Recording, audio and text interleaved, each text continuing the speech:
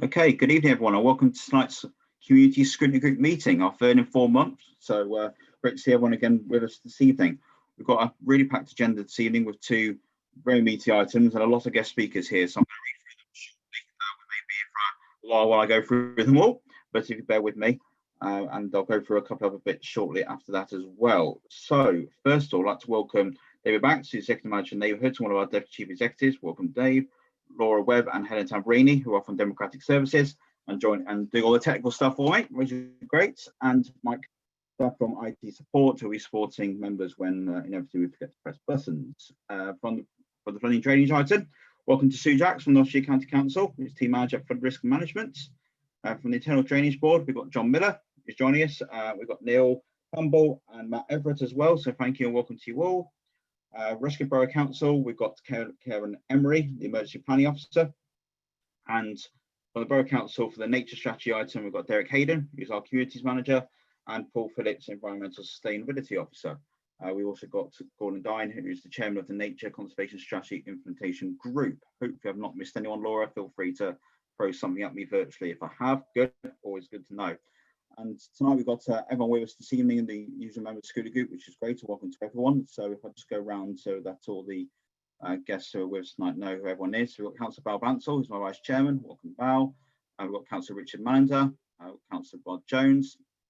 We have Councillor Gary Dickman, Councillor David Sims, Councillor Rex Walker, Councillor Leo Healy, all with us this evening. I don't think I missed anyone off. Sorry, my list has disappeared, but I think I've got everyone there. And we've got a couple of guests as well, councillors with us this evening. So we've got Councillor Tina Cumberlack, who's the Chairman of the Corporate Overview Group, who is here speaking on one of the items this evening. And we also have Councillor Roger Upton, who is our Cabinet member, who's going to join us for the item on Nature Conservation Strategy. Unfortunately, Councillor Inglis had never meeting before I can invite him to come down for the first item on flooding in his role as Emergency Planning Officer, but assure me that if anyone's got any questions or concerns that they want to send to him, he'll be more than happy to answer them. He didn't tell me that, I'm just volunteered him. I'm sure he'll be happy with that, so that's great.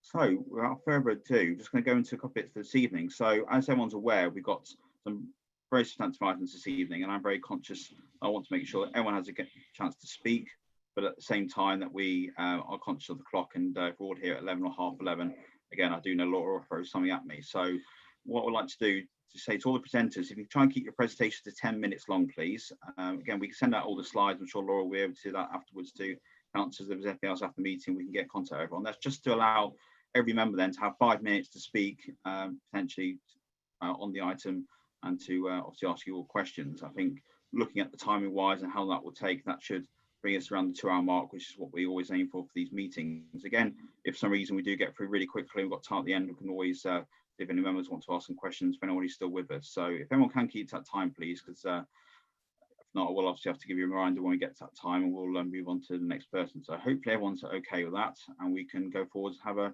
really great meeting. So first item on the agenda is apologies for absence. Laura. No apologies, Chairman.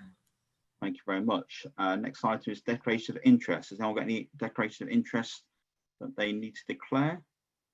Any members of the Internal Drainage Board here? I don't believe so. Councillors? No.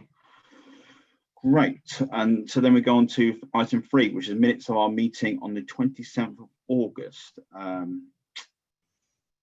anyone got any questions on the minutes at all? Yes, Chairman. I did suggest that yes, in the list of topics that the term people with disabilities and access be added to the ones on race and gender. Yeah, you did. Thank you very much for that, Roger. We did pass that on. So Laura, are you okay too? If everyone's okay with that, we'll get that amended for the minutes. If there's... Yeah, I'll add that to the list. That's great. Thank you. Thank you for that, Rod. Much appreciated to raise that item. Anyone else at all? I'm not seeing any hands up on my participant list. Okay, great. So we're going to go on to item 4, which is the flooding and drainage item. So I'll hand over to Mr. Banks. Thank you, Chair. This report basically is a short summary report about flooding and drainage, which was an item that was raised by members via the scrutiny matrix, and really I think reflects the importance of this topic across the whole of the borough. Now, what we've brought together tonight is a range of organisations that are primarily involved in surface water flooding, as it's surface water flooding and small water courses that tend to cause some of the most significant flooding problems that we've had over the last few years, rather than necessarily river water flooding, which is primarily the role of the Environment Agency. So tonight what you're going to hear is presentations from the County Council as the lead flood authority, the Trent Valley Internal Drainage Board, and then Rushcliffe Borough Council in terms of our sort of emergency planning role will sort of bring things to a conclusion. So it's really an opportunity to understand a bit more about roles and responsibilities, about who does what, and how we try and work together as responders, primarily through the Local Resilience Forum, to make sure we both try to prevent flooding in the first instance, but then also how we go about trying to respond to it when it does occur. So I think without further ado, I shall hand over to Sue from the County Council, who's going to deliver the first presentation. Okay, welcome, Sue. Thank you. Thanks, Chair. I'm going to let Laura drive, so while she's loading up the presentation to share on screen, thank you for inviting the County Council to come and talk to you this evening. According to the statisticians, you're 6 times more likely to be flooded than burgled in the UK, so it's something that's... a great fact for eggheads or pointless, whoever likes on, Sue. That's a great one. Remember that one. When we're all out of our house doing this, you know, you're more likely to get flooded.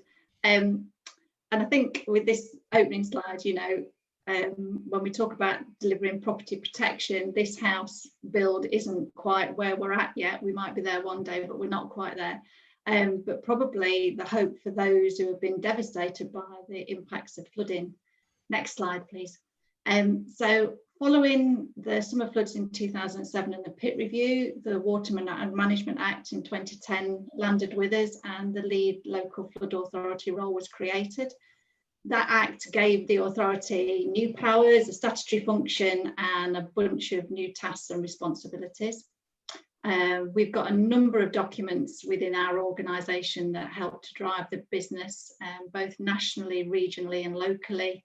Nationally, there's something called the PFRA that sits above us all, that gives us national guidance. Regionally, we report into the Trent Regional Flood and Coastal Committee, and that's where we access funding through the local levy. More locally, through authorities, we have a place plan, strategic flood risk board, the EA and the IDB, key partners that we work with to develop schemes and deliver our local ambitions. Next slide, please.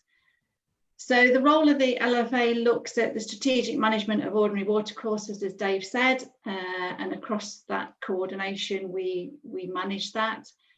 We don't have responsibility for rivers, reservoirs or sewers. They all sit with other people. And when that risk is from main rivers or sewers, we work with those agencies, primarily the Environment Agency and Severn Trent Water, and provide guidance and support. So our job primarily is to look to reduce flood risk across Nottinghamshire and we do that really by supporting and educating communities to make them more resilient, promoting flood alleviation schemes, ensuring that flooding is fully considered in development proposals via the planning process, and that was one of our new statutory responsibilities that came in 2014. We're out inspecting ordinary watercourses and keeping a critical asset register. We consider issues around land drainage and consents when people want to alter watercourses. They have to go through us for permission to do that. And then we have just started a new regime where we actually go and then inspect the works that have been done, because we were finding that we were consenting works, and then perhaps where they said they put a 600 mil pipe in, they put a 300 mil pipe in, and things go a little awry. So we're now doing compliance checks. We've just started doing that. We produce Section 19 reports where we're the relevant authority or the lead authority on that, or for others, we make sure that all the risk management authorities have carried out their duties and produce that report. And that report's triggered with us when there's 5 or more properties that are internally flooded. Next slide, please, Laura. So there's a bit of confusion about what we do and all the roles and responsibilities. It's not an easy thing, this flooding. So firstly, we're not classed as first responders when there's a flooding incident. That sits with colleagues in emergency planning and highways. One of the tricky parts of our function is working out who's responsible for what happened, who owns what. We work with the risk management authorities and the local communities to collate data and gather local intelligence. And it would be fair to say we do a lot of influencing around things that aren't in our control. And the risk management authorities there on the left are the ones that we tend to work with the most. Next slide, Laura, please. So water runs downhill and makes puddles. It can't be that complicated, can it? But it is. So the management of water is difficult. It has no boundaries. Often surface water can surcharge the sewers, which flood the roads, and then the river might decide to join in and overtop. We'll have unnamed assets, district borders, other risk management authorities, the odd farmer and riparian owner thrown in there. So we have to mix and engage with all those folks to understand the responsibility, and that's just a screenshot of our webpage that shows who looks after what. Next slide, please, Laura. So under our umbrella, 1,600 miles of ordinary watercourse in the county, about 365 of those sit in Rushcliffe. We expect all the critical ones in your borough on an annual basis. Our land drainage chap's the fittest person on the planet. I think that works out about 62 marathons a year he's doing. So very quick on his feet is Nick. Next slide, please. So ordinary watercourse, as I said earlier, that's what we look after. That's the definition that we work to of what an ordinary watercourse is.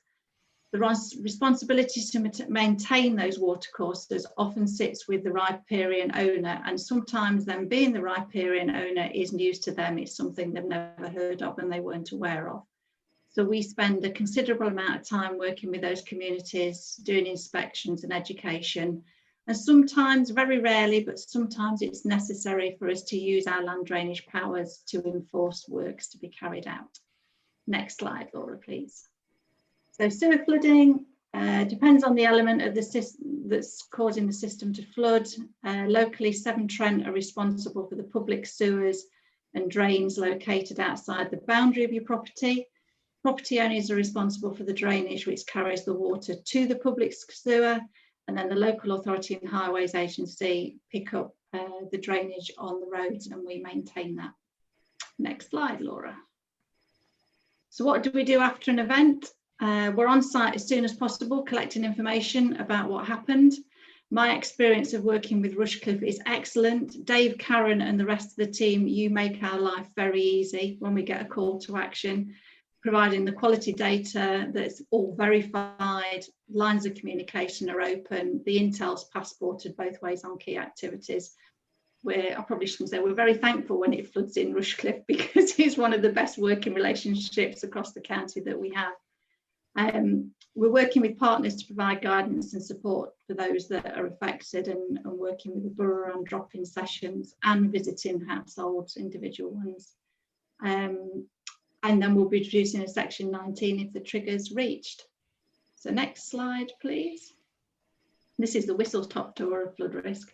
So based on experience after the flooding event, and I'm sure this will be all of our experiences, the residents just want to understand how they can get their lives back to normal, who can help them, who do they discuss issues with, what do they do about insurance, and the most frequently asked questions, why did this happen and who's responsible? And I think we've all had to deal with people who have been extremely distressed by the devastation that's been caused by the flooding.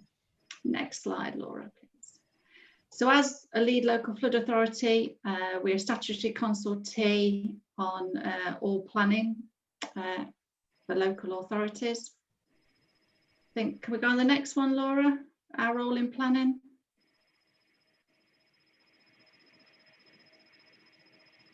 The consultee covers the management of surface water, The Environment Agency are the statutory consultee in regard to developments on floodplains and where there's interaction with main river. We have the next one, please. So here's a map you might all recognise. So since April this year, we've commented on 73 major planning applications in Rushcliffe, considering the safeguarding of over 1,600 properties. And we've looked at their flood risk and assessed them as part of the planning process to ensure that they meet current guidelines. Next slide, please.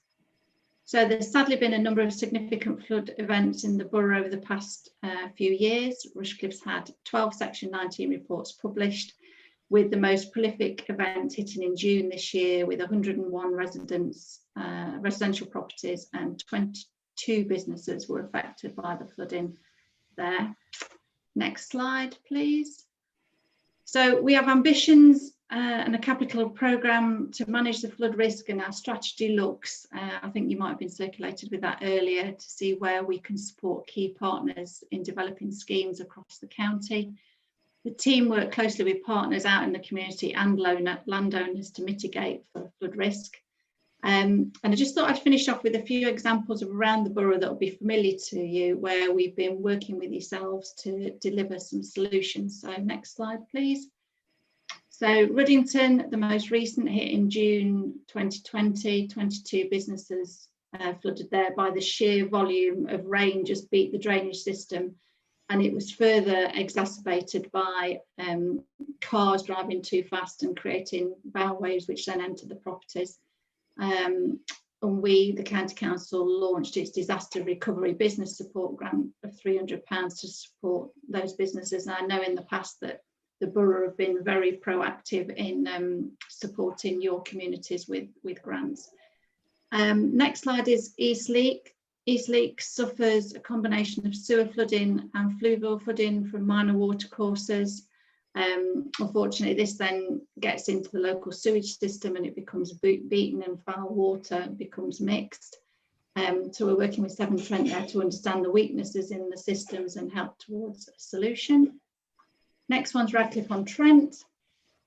That saw 37 properties flooded in Radcliffe, mainly on Clumber Drive. I think there were about 20 plus properties flooded there. That was due to maintenance of an ordinary watercourse at the rear of some properties not being properly maintained. And we are now working with those owners to ensure that doesn't happen again in the future. The next one's Bingham. Residents of Western Avenue, repeatedly affected by a drainage ditch at the rear of their property owned by Network Rail. And we've been working out there with them to make sure that that's cleared. And there's actual proof of the pudding. They're clearing out the ditch, I think, a couple of weeks ago. So we're hopeful that that one's now off our books, but we'll wait and see. The next one's Cropple. Suffered many events, several issues. Main issue here is capacity and poor maintenance of the watercourses and some natural pinch points that arise in the topography. I think I'm getting towards the end. I think the next one's West Bridgeford. Parkston Close, been affected by an ordinary watercourse which runs underneath Rugby Road. We've been working with yourselves to assist on the maintenance of that watercourse. And we've currently got some modelling taking place to see what's happening to understand it a little better. Live, there's one more. Gotham is the last one. Several repeat events here, lots of investigations, and we are looking at some natural flood management techniques to help these residents. So my last slide, please, Laura. So in summary, we investigate significantly.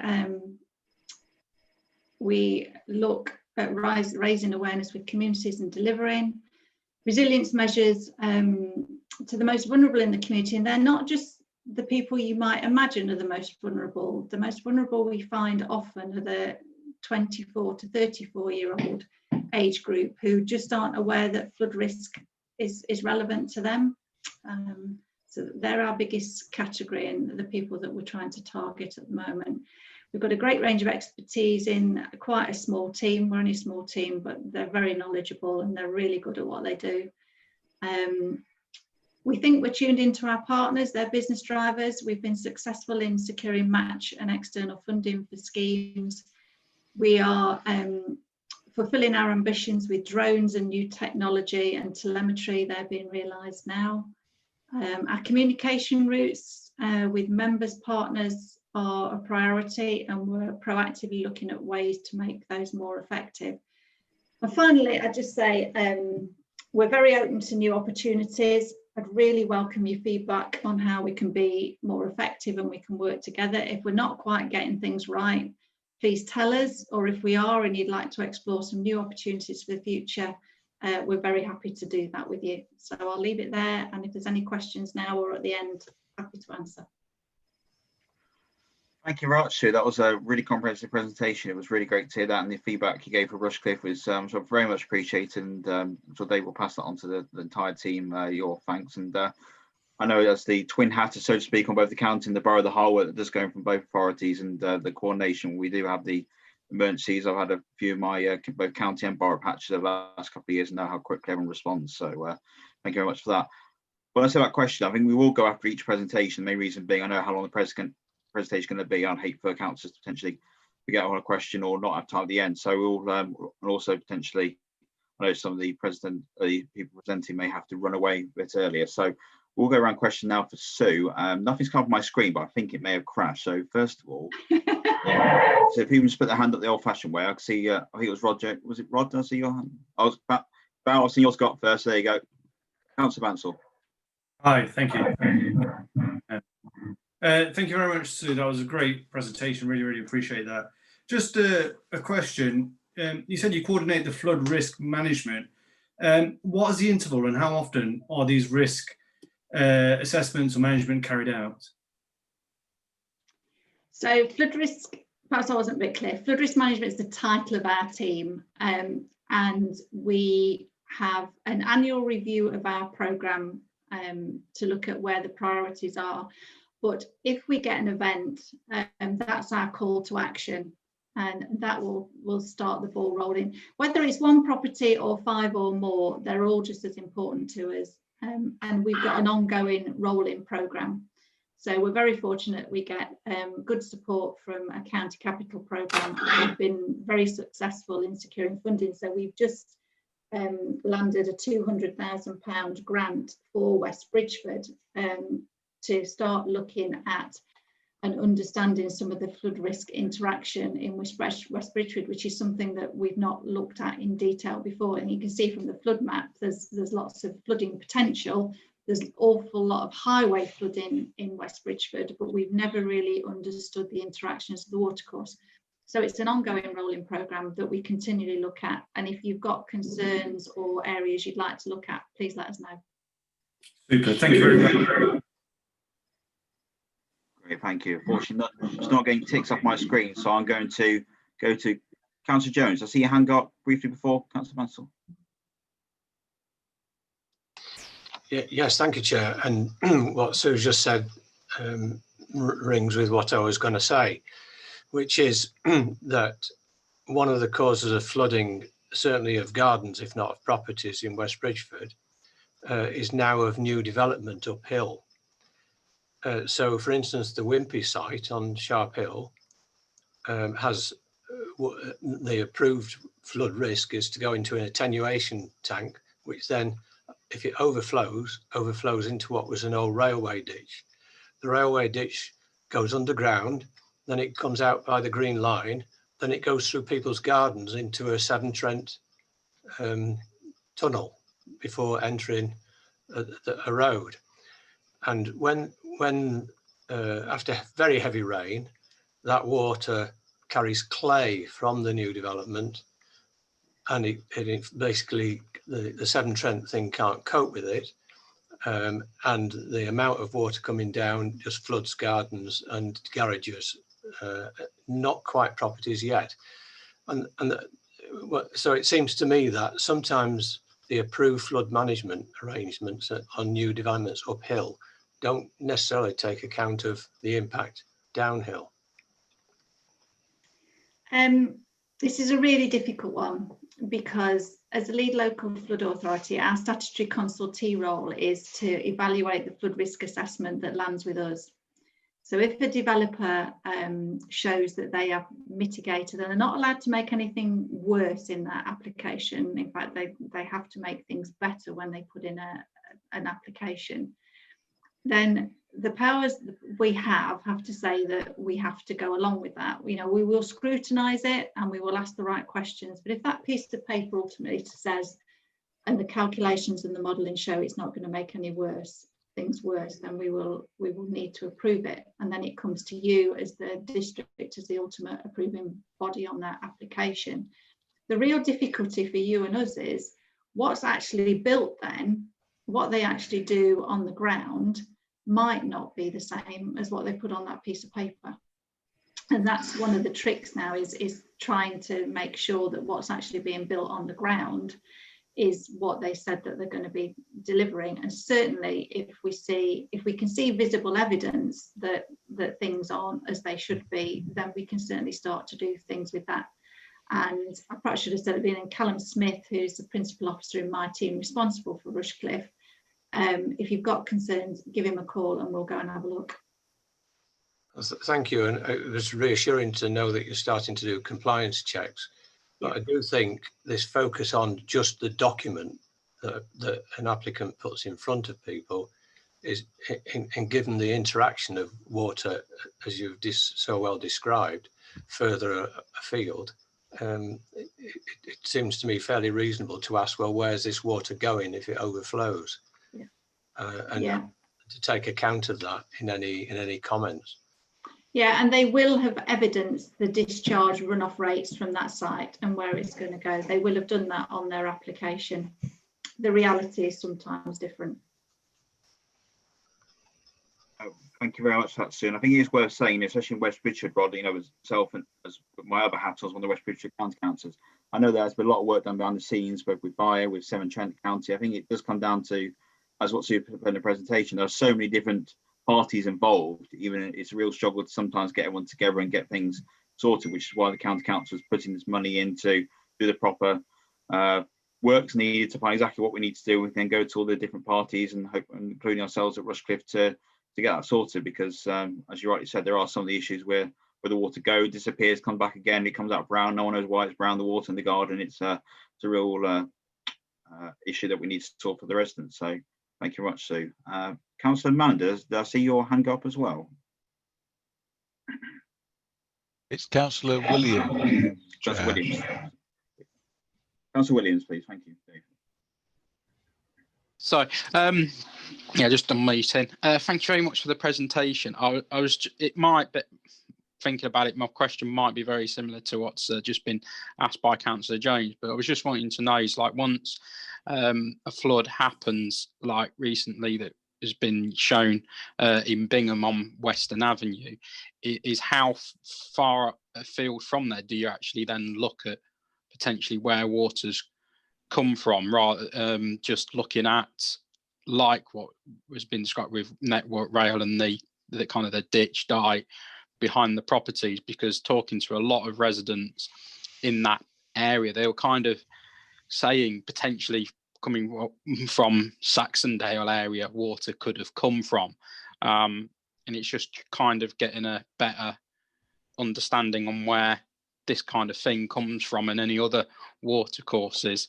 So it was just wondering, is like how far afield do you actually look on where impacts are, and who with these kind of points of managing and getting these, because we've had issues with trying to find out who owns what bit and maintaining, and also if is there anything that we can do to highlight prevention, because we've had a few issues with this, that areas of people haven't acted upon until it's actually then come about that that it's then the actual flood events happened, and it's just trying to put pressure on asking people to try and maintain their areas.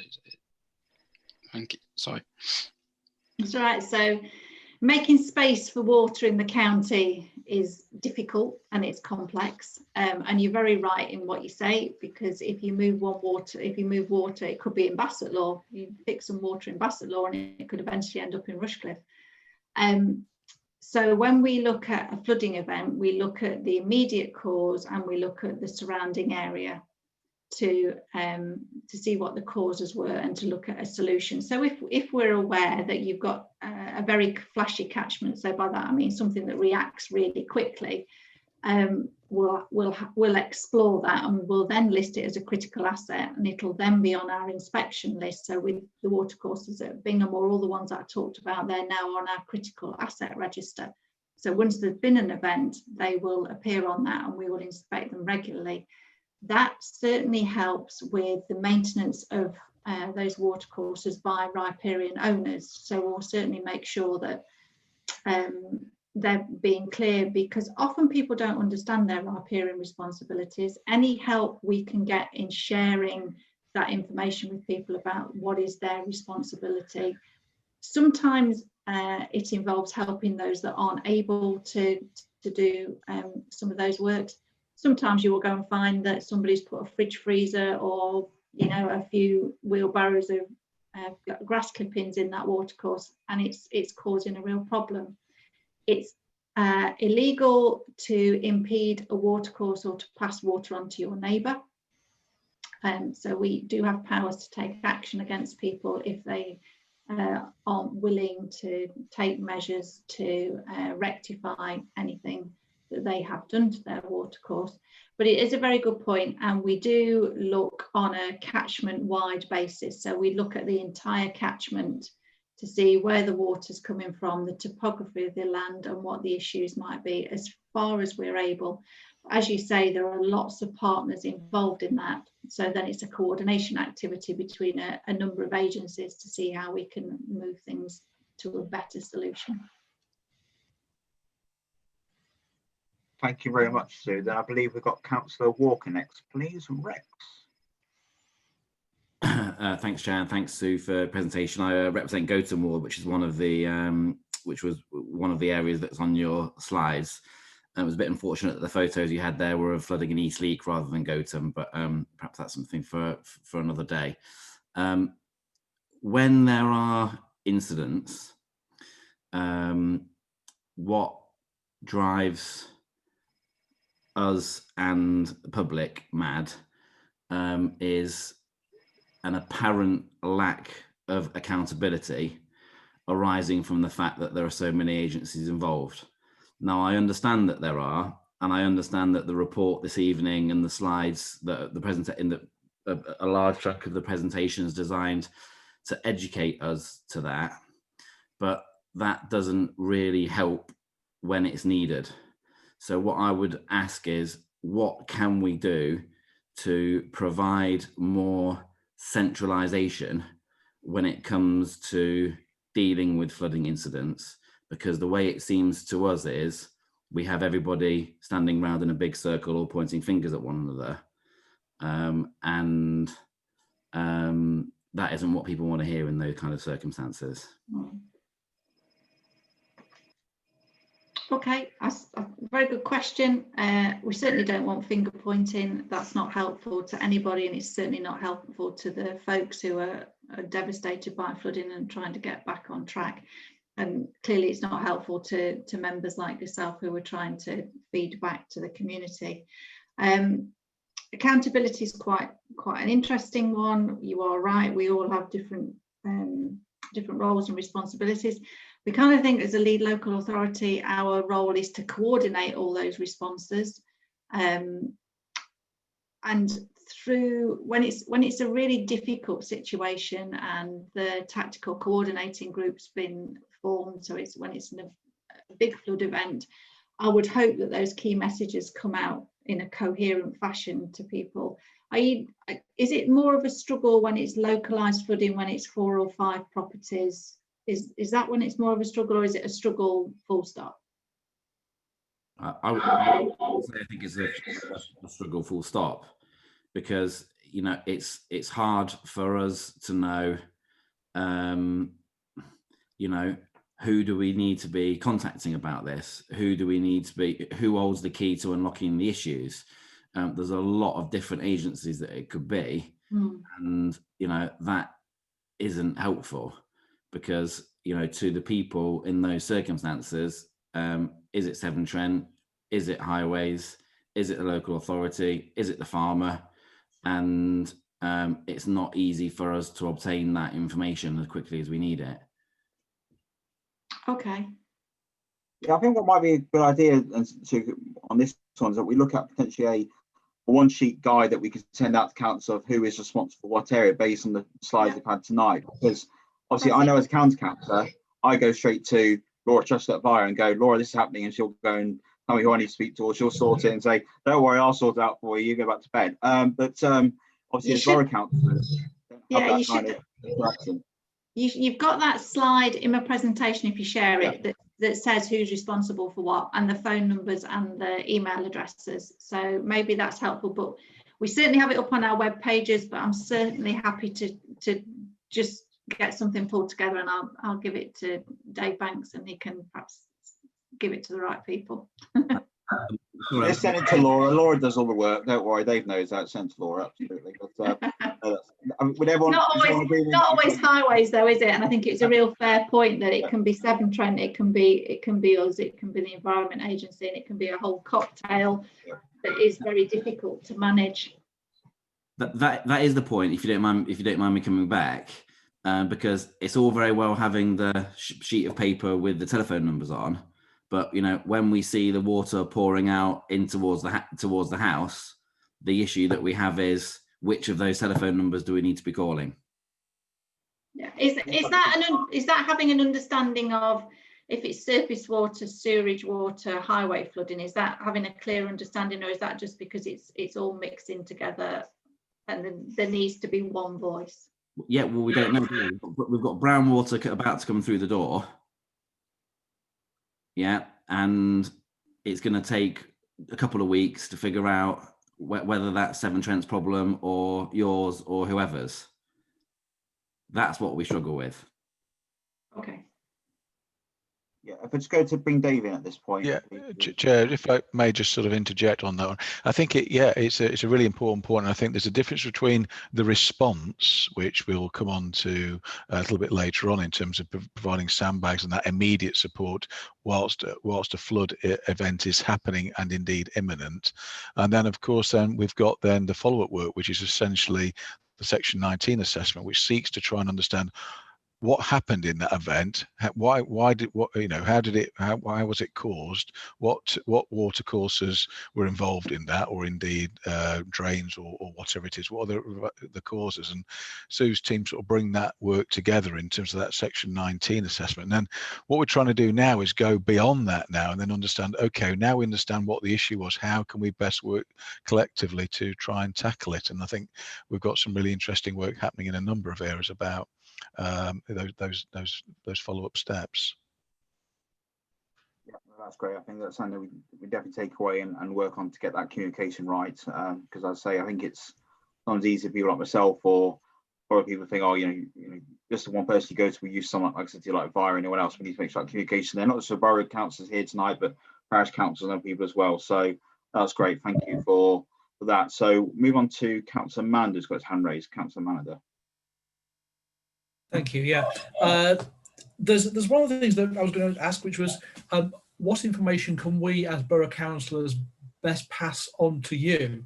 Because we have at the moment a single representative of a councillor on the drainage board, but in times past we used to have a whole slew of councillors who knew about their own drainage boards in their own particular patch, and we used to sort of appoint to the various outside bodies, and there was a lot of knowledge that was had by local councillors across the borough, and I'm concerned that a lot of that might have been lost as we've gone across to, instead of having lots of people representing their patch on the drainage boards, we have one person who represents us.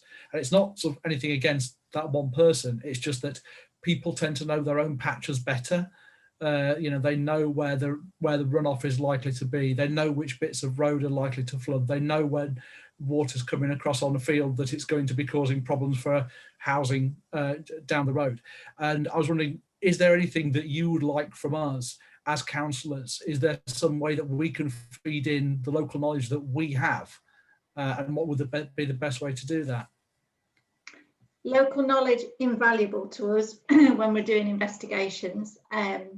If you've got an event, photographic evidence is always very welcome, and any videos of stuff happening on the ground. If you've got issues with riparian owners or things that you're worried about, contact flood risk management team, contact Callum, and we'll come out and have a look. And the best way to do that is to email into we've got a generic flood team email. Send anything that you've got to us and we'll pick it up. It's always very, very welcome. And if you've got residents who are concerned, ask them to give us a call. And we've got a couple of folks who regularly go out and talk to people about their responsibilities, or have a look at issues, or work with people in the community to try and help them. That's great, Sue. And I think it's also worth making the point that it should be communication between the county and the borough councillors, because again, I know the relationship, I have a good relationship with the borough councillors in my patch with my other hat on, no matter the political parties. And again, that information may have just come down to county councillors because of how it works with county council being the lead on flood authority. But also, as you say, Richard, we do have representative on the internal drainage board. That's what we need to use. I'm sure we'll get onto that next anyway with the next presentation from the team internal drainage board. Have been more than happy to tell us how we communicate with them, I'm sure. But that's great. Councillor Williams, I know you got a hand up. Is it going to be very quick? I just want to move on to the next item. Yeah, sorry, it was just on the follow-up, like with the section 19s.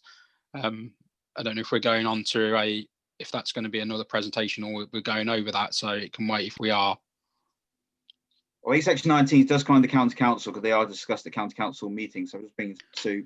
You want to say your point quickly to Sue now? Yeah, all it is just finding out like how long those kind of reports come out, and then kind of what happens to go into those statutory bodies like landowners and that, with getting them to act if it was found kind of either negligence or an issue on their land or something like that. And you probably can just guess that I'm kind of going on what has happened in Bingham with Network Rail, from what happened in November and then going to June, that it happened that a lot of the residents felt that if something had happened from November flooding, it could have prevented the June flooding.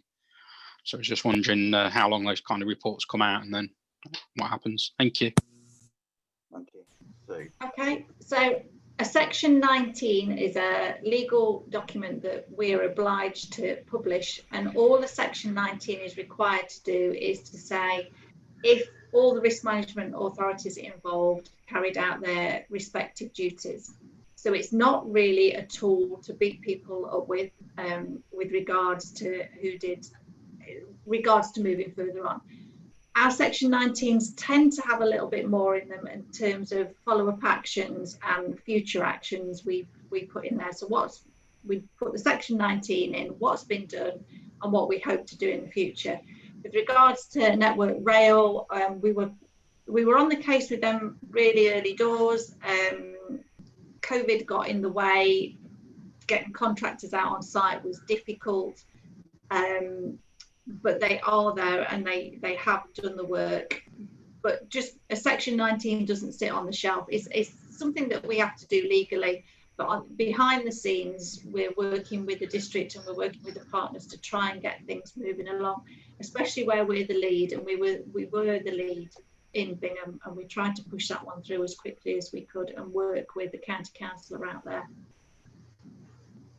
Thank you.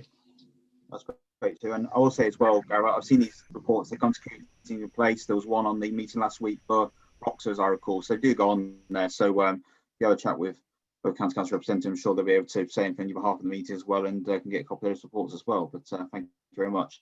So thank you very much for your time this evening. I think that's been really useful to everyone, and please as well take our thanks back to the entire team, because we do value the cooperation that we have between yourselves and the Borough Council, and your warm words are absolutely reciprocated to your team for the work you do, and obviously to the team of Borough as well. So thank you very much.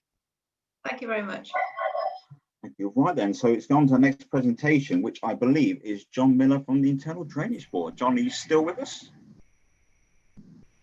Yep, still with you, Councillor Wheeler. Yeah, thank you for that.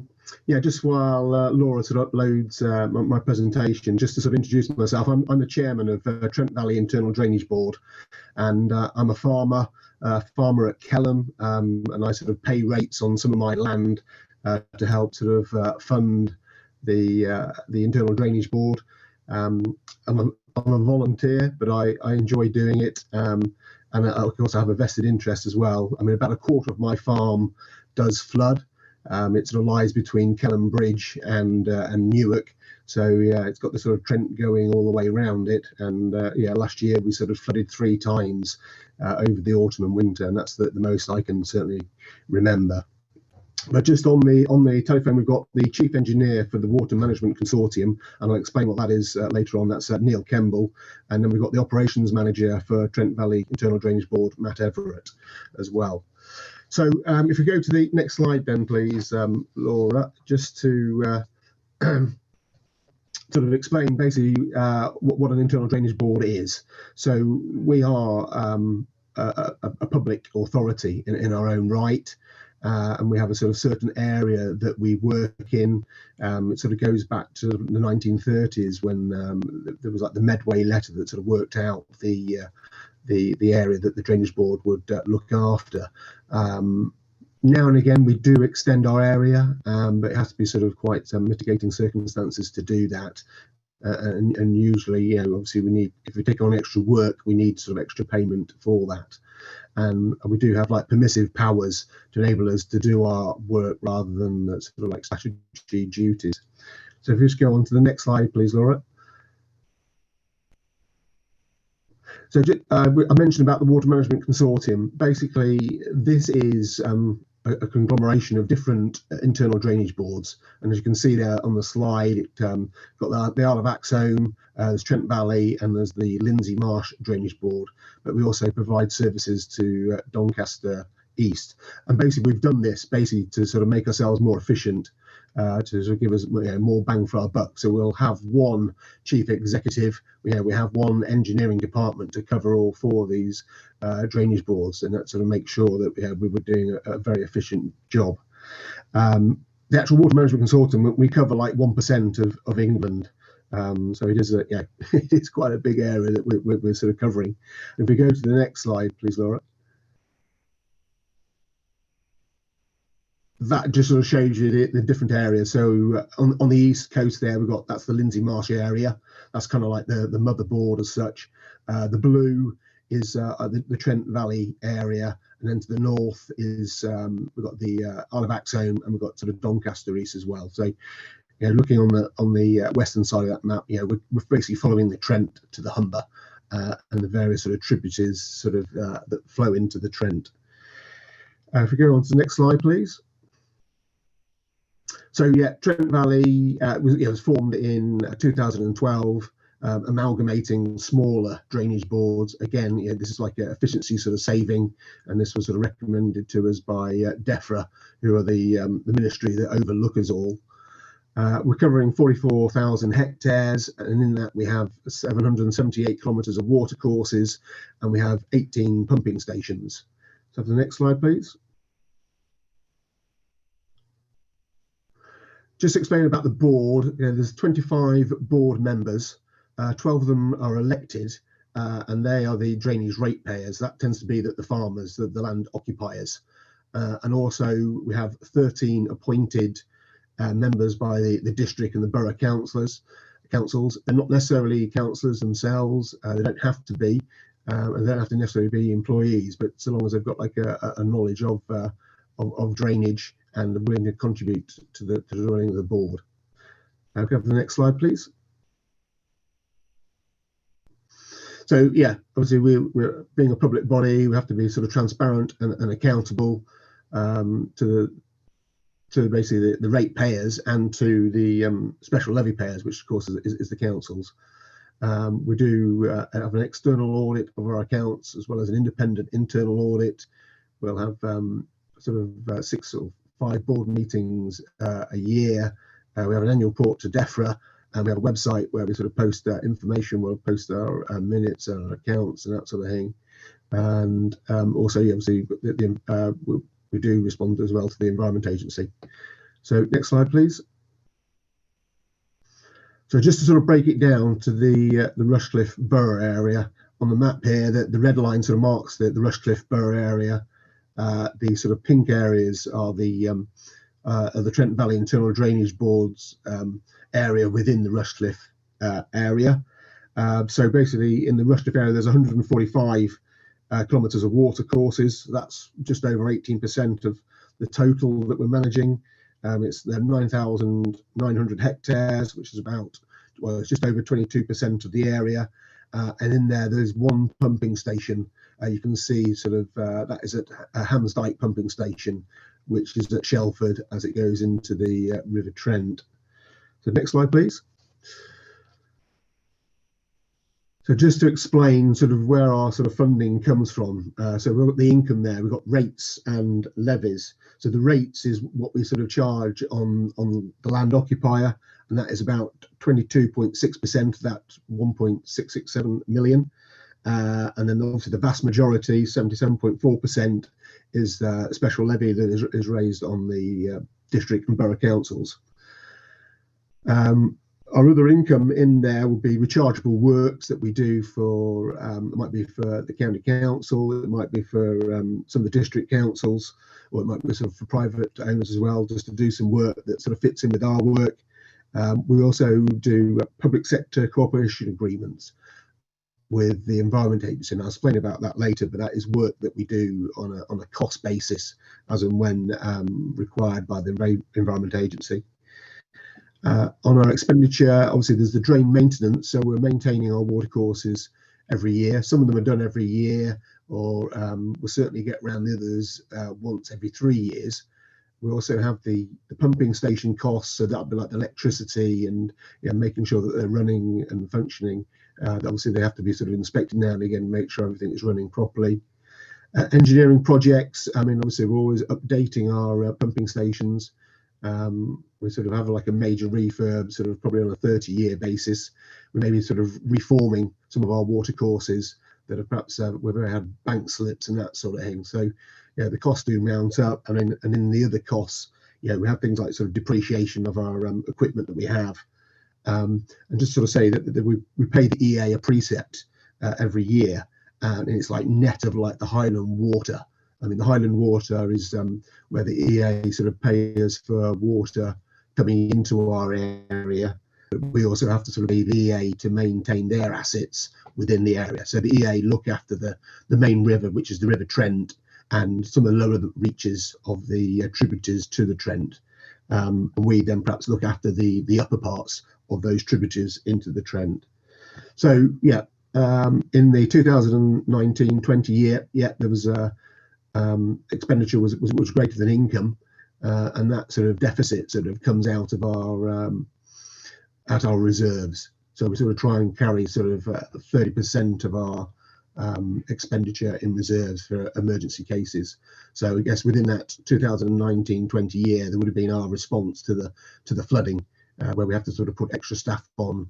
There's extra electricity costs in running the pumping station. So yeah, it basically sort of comes out of reserve. So we need to make sure we have those reserves there in the first place to sort of help us in dire years like we've just experienced in the autumn of 1920. Okay, the next slide, please. So yeah, just looking at the 2021 year, yeah, you can see at the top there, we've got what the income will be from the drainage rate, and then it's a breakdown of the special levy per council. So Rushcliffe is the sort of second highest paying council in there, and just checking there, yeah, so it's about 20% of the special levy is paid by Rushcliffe Borough Council, and yeah, obviously we asked for a 9% increase in the levy this last year. That was based just to sort of help build up our reserves, and where we've got sort of forthcoming expenditure on renewing sort of pumping stations in our district. but I'm sort of happy to sort of say that the forecast outturn for the 2021 year will be a surplus of £26,000. So that will help beef up our reserves. Next slide, please. So maintenance, I was talking about, we do some watercourses every year, but we get around at least every 3 years. So this will involve going out with a tractor and flail mower and cutting the weeds on the side to make sure that we get a good conveyance of water. And looking at the Rushcliffe area, obviously we do work every year on the Kingston Brook, the Fareham Brook, and in the Shelford catchment. Next slide, please. So this is just a picture of a tractor flail mowing. This is sort of like done from like the middle of July sort of through to October, when the ground conditions are suitable for sort of running around with such equipment on sort of farmland. And you can see we'll probably just sort of do this on sort of one side and leave the other side to nature and rotate it around perhaps the next year. Next slide, please. And then in the winter months, we're sort of reforming and desilting watercourses. I guess a constant issue is getting the trees and bushes cleared so we can actually get to the watercourses in the first place. Next slide, please. Basically this is like desilting work on one of our watercourses. Next slide, please. And this is like basically improving access.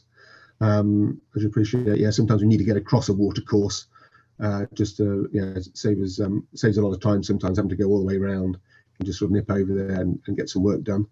Next slide, please. And so we have like a regular maintenance program for our pumping stations. As I said, we've got 18 pumping stations on our board, one of them being in the Rushcliffe area. So we sort of have a refurbishment on a sort of 10-year cycle and a major sort of overhaul every sort of 30 years. Next slide, please. So this is planned work for 2022 on the Hamsdyke pumping station, which is just to the north of Shelford, sort of pumps water into the Trent. And we've got an estimated cost there of £413,000. So that's fairly cheap as pumping station refurbishments go. Next slide, please. So of course we have to sort of consider the environment that we work in as well. We take that sort of very sort of seriously. I mean, often a criticism that's levelled at drainage boards is that we wreck the environment, but I would beg to differ there. We have a dedicated environment officer who will sort of come and survey watercourses before we do any work to see what is what nature is there and what we need to do to sort of mitigate the effect on that nature when we do that work. For instance, we've just done some work up in Egmonton, which is like sort of north of Newark, and we had like a badger set in the bank where we were going to undertake some major work, and basically we had to sort of relocate the badger before we could undertake that work. We also sort of record and monitor sighting of species, obviously working by the water. We see water voles. I mean, I think they are sort of a threatened species now in England, but I'm happy to say that in IDB controlled areas that they are sort of proliferating and thriving. And we like to sort of put up barn owl boxes to encourage barn owls. It's what we want to see, what everyone wants to see. Next slide, please.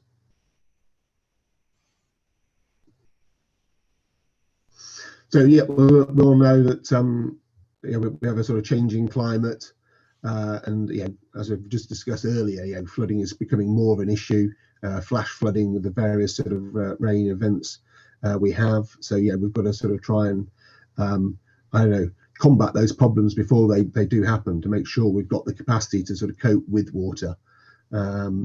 But also, obviously in the summer months, we try and maintain a higher level on water courses for irrigation and for the habitat the wildlife that lives in it. And of course, in the winter months, we'll lower those levels just to give us extra storage capacity if we do get a lot of rain. And I guess the bottom point is, I guess, a big one in the Rushcliffe area, the impact of future developments. I'm happy to say, we have a good working relationship with the 4 councillors that come from Rushcliffe.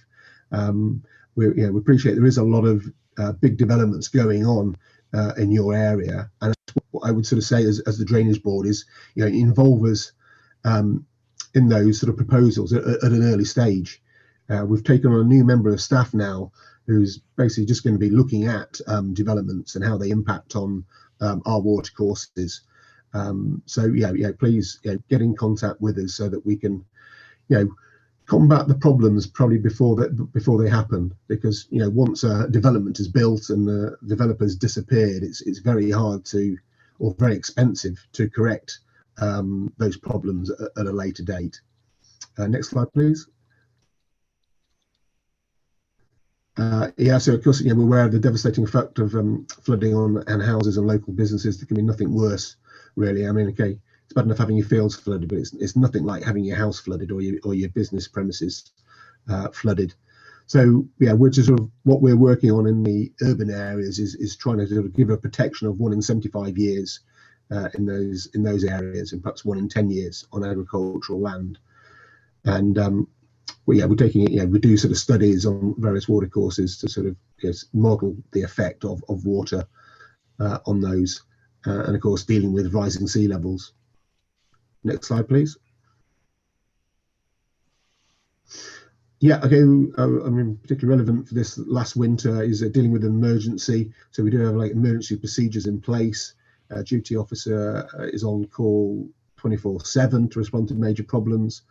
And we obviously work a shift system with the staff. I mean, I know they worked very hard sort of through November, December, January, February last year, putting in a lot of overtime to sort of combat the problems we're facing.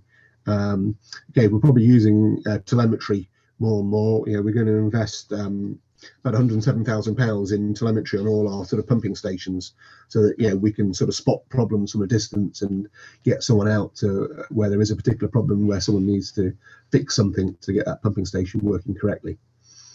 Next slide, please. John, just conscious of time, if you're right, just to wrap up the next couple of minutes, it'd be great, thank you. Okay, and just to say, we can bring in a pump in emergency situations. The staff can fill up sandbags and protect property, and we work with the EA, local authorities, and of course the county council, as well as the lead local flood authority. Next slide, please. And just say public sector agreements. This is where we're doing work on behalf of the Environment Agency. Perhaps the Environment Agency haven't got the capacity now to do a lot of this work, so they employ us to do it. We've done work in the River Greet and the Cocker Beck, but we've done work in the past on Fair and Brook as well, and then we get reimbursed by the EA for doing that work. Next slide, please. And then we've been doing work, as I was saying, on the Kingston Brook at Easton and Westleak, and at the Fair and Brook at Bunny. And if you just flick through, Laura, just some pictures of the work done. They're sort of fairly self-explanatory: desilting, taking out fallen trees. Just keep going, Laura. That's it. Just shows that the work we're doing. So it's just getting the conveyance of water up to the right capacity, really. So that includes my talk, Councillor Wheeler.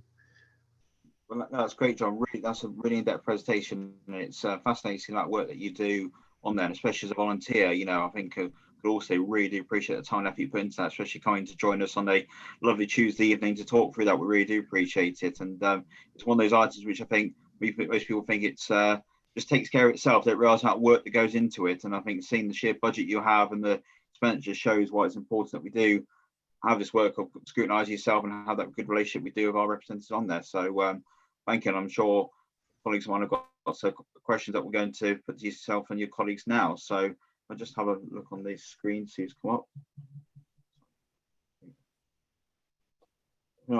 Anyone who wishes to speak? No. Councillor Jones. Thanks very much for the presentation. My question is whether, when a planning application comes in to the council and the plan for surface water involves discharging into a watercourse.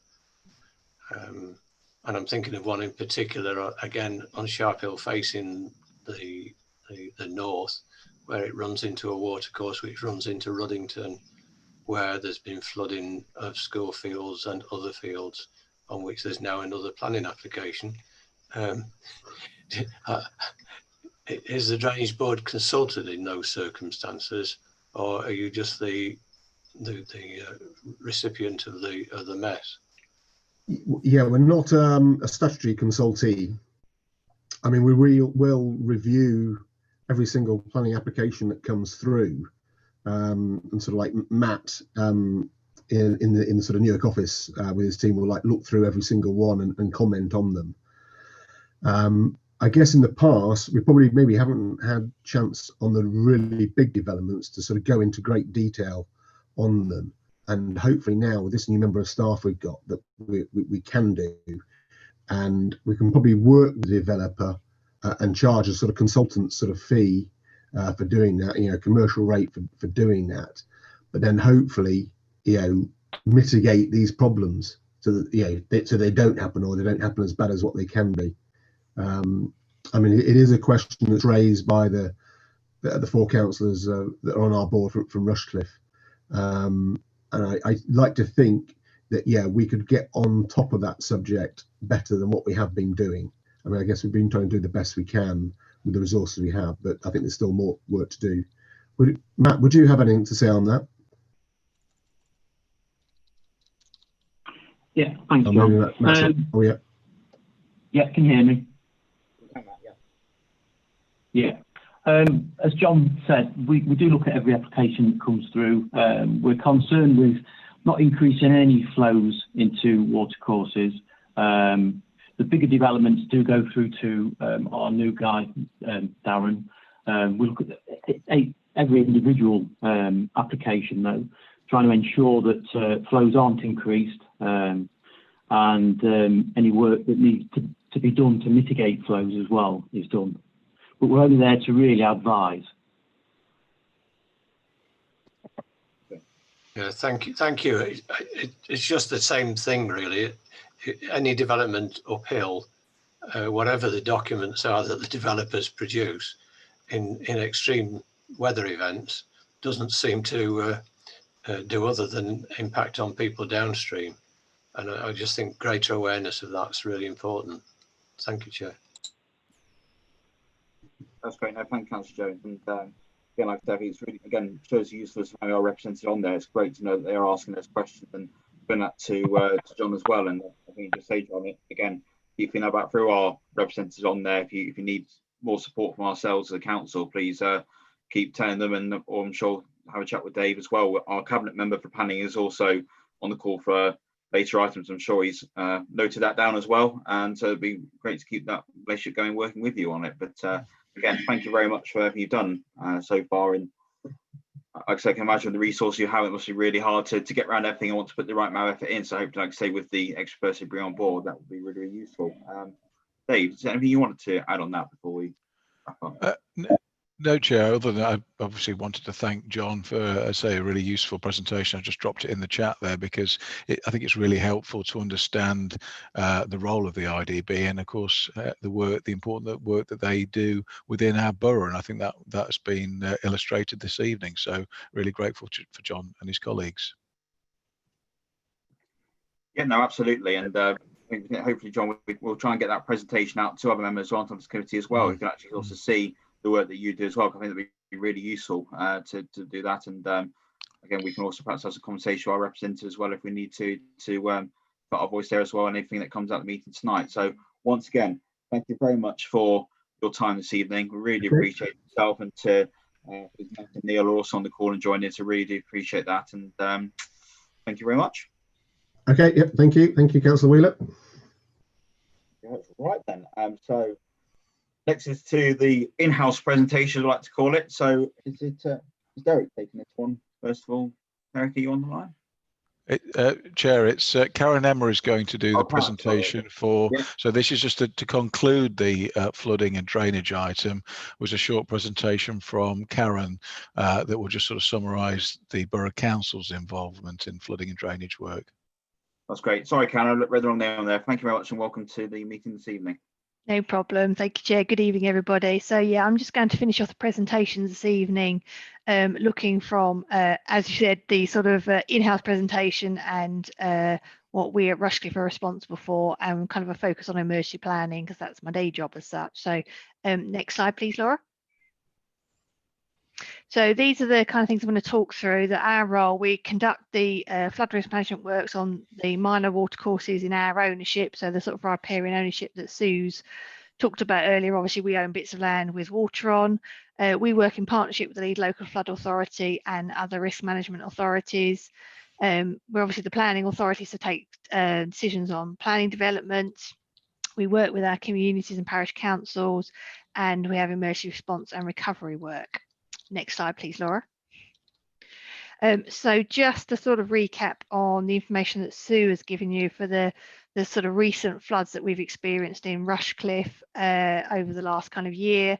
So we've had the storms of November 2019, where, as you can see there, a number of communities were affected. We had about 44 houses and 4 businesses affected there, primarily all surface water. Radcliffe on Trent mobile park site had the problem with the Trent egress, but pretty much all the rest were surface water issues. And as I'm sure as we all remember, the sheer amount of water that was around, the whole ground and catchments were saturated, and then sheer amount of water rained as well, which just added to all of the problems as such.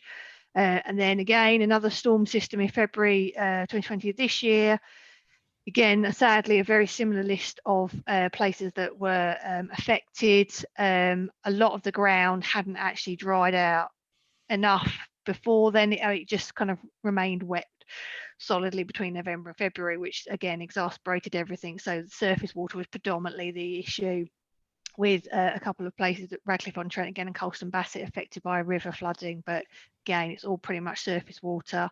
And then as Sue mentioned with a picture of Ruddington, that there was a summer floods where the sort of huge thunderstorms we had, again, large amounts of rain into the system that the systems just couldn't cope with as such. So there are kind of recent issues that we had. The November and February floods were of such a scale, I'm sure we'll remember, nationally it was a scale nationally of flooding. So actually those particular 2 floods were deemed a national emergency, which actually activated government funding. So there's not always government funding available for different floods, but because of the sheer scale nationally that we were then part of, so it did actually activate the flood recovery grant scheme that enabled residents to have £500 for immediate hardships, and businesses could claim up to £2,500.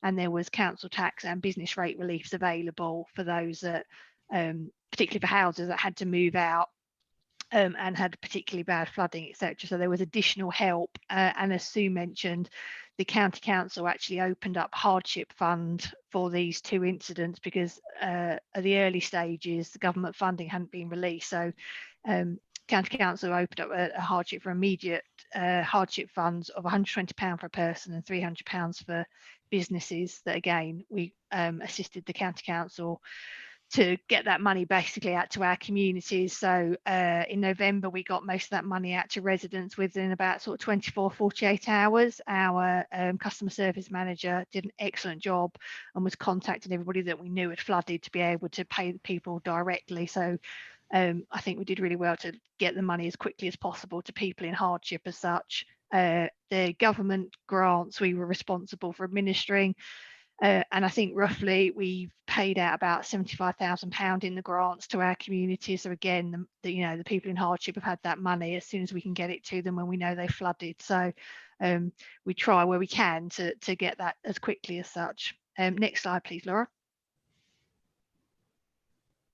So kind of pre-flooding in this work that Sue was talking about of maintenance and this kind of thing, where we do own watercourses. There is a schedule of inspection and maintenance works for the lands that we own, typically kind of ditches, streams, balancing ponds, and they're sort of maintaining the banks of the pictures that the IDB have just shown, and things like screens and things that collect the debris and stuff as well, they're clearing. So that's kind of done on a risk basis and annual inspections. And then sort of community engagements, a lot of part of my work is working with those communities to make them aware of the impacts that, you know, most of them are all aware, they've all been flooded, but those that are haven't maybe bought a house and didn't quite realise. A lot of people are a bit unclear on surface water flooding. There are lots of river information about, and there are actually excellent maps on surface water flooding that will show that your house actually might be in a predisposed place that might flood every time there's surface water. So there are particularly good maps and things available. But so I work with communities for looking at community emergency plans, helping them to look at having community resilience stores that we have a grant for. There are schemes that the EA run around flood wardens, and the county council have a road closure scheme that helps communities give permission to close roads, particularly where bow waves are a problem. So they flooded and then cars drive past and flood them even more as such. So there are various things that we work with the community to try and help them be more resilient. So they're going to flood if they're in a surface water area, and then to help them have measures in place so that they can help themselves at the time. Next slide, please, Laura. So in response, as Dave was saying, there's sort of specific roles. The County Council lead on the Local Resilience Forum sandbag policy and sandbagging, but at Rushcliffe we decided to also keep a capability to do sandbagging, so we're actually able to directly get to our communities, and particularly when it's large scale flooding, the likes in November, a lot of the teams were up in Bassetlaw because of the sheer scale of flooding they had up there. And so actually us still having a capability made sure that we could still assist our communities when they needed it as such. So it is pretty much on a prioritisation basis. There's no way we're ever going to be everywhere at the same time and everyone can have a sandbag. So it is kind of the vulnerable, those that are less able to have helped themselves in the first place and, you know, are unable to move those sandbags around and this kind of thing. And we also work with the communities to have these community resilience stores I've mentioned, so that the communities can help their own vulnerable members and have a selection of sandbags directly in their communities, because again, our team still can't be everywhere at the same time when it's raining if it's widespread. We do things like obviously assisting evacuation, provisions of a temporary place of safety. So if, you know, they need to leave the houses right now because they've got 2.5 foot of water in them, a local, you know, somewhere that's safe, that's got a shelter over their heads while we temporarily work out what's happening, whether they can go home. We provide rest centres, so this is leisure centre staff will work on these and open some of our leisure centres up, and then a multi-agency team staff them, and we can bring in, you know, extra staff, sort of from dog wardens to assist with people with pets. We can access voluntary agencies, and then the county council bring their care and support staff in, and it's kind of a real multi-agency affair, but it's our leisure centre staff that man the facilities as such. Our housing team, obviously responsible for statutory responsibility for homelessness, they look at temporary accommodation for those that are unable to go home. So we still have a number of people that have been out in temporary accommodation through their insurance because of the November and February floods. So obviously sometimes it's not as temporary as people think it's going to be at the time. We assist with humanitarian assistance, so if there are extra needs that people need, we can access that through our voluntary agencies and other colleagues. In February, we were able to work with the Red Cross, and they sent some emotional support teams out for us to assist some of our communities that we were concerned about that had flooded in November and then faced it again in February, having literally just repaired the houses. So our teams have been out, but we were able to have the Red Cross emotional support teams go out as well, just to provide that extra support for them. And I mentioned there we had a team out. We, you know, often review and learn lessons from events. And in November, we had staff out on the ground at the night of the flooding, and we realised that actually we needed a bigger team. So we've kind of recruited and trained a team of 17 staff from across different departments that are volunteered that we now use in response, and I'll talk about them in recovery as well. So if we need to have people out on site while we're evacuating things, we've now got this extra selection of staff that can do that. Sue mentioned multi-agency structure. So in response, we might work, if it's large scale as it was November and February, we will work with multi-agency partners, and so there might be a tactical coordinating group chaired by the police, which brings all the partners together so that actually we're all working off the same set of information and the same situation reports and sharing information, which massively helps. And then there's yourselves of elected members. We try as much as we can to make sure we can get some briefings out to you. So as when we know the situation, have got a bigger idea of the picture of what's happening, then we try and get some briefings out to you so that actually you know what's happening in your area, and also it works both ways, that actually you be able to update us of what you might know that's particularly happening in your community at that time as well, which is really useful. Next slide, please, Laura.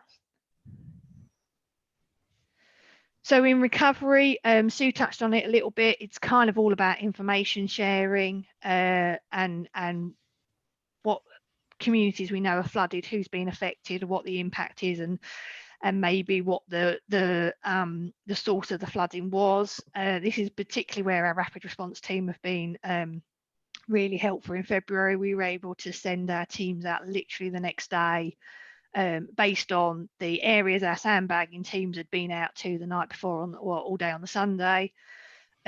Local information we'd received as well of other areas that might have flooded. So we literally had a sort of 4 or 5 teams of people out, and they were able to basically door knock on those communities that we either knew had affected or had sandbags, and we weren't sure if they'd actually flooded. So they can collect information. It helps massively with Sue's team to trigger the Section 19 investigations if we know there's more than 5 properties that are flooded. It helps us obviously with the bigger picture of how many streets or houses there's vulnerable people and this kind of thing that are flooded, and crucially, particularly with the government funding, it's all about numbers. So the quicker we have information on the level of flooding and the scale of it and how many people have been affected, that can feed into Cabinet Office, and that can feed into government then releasing funding nationally, because they've got figures of how widespread it is.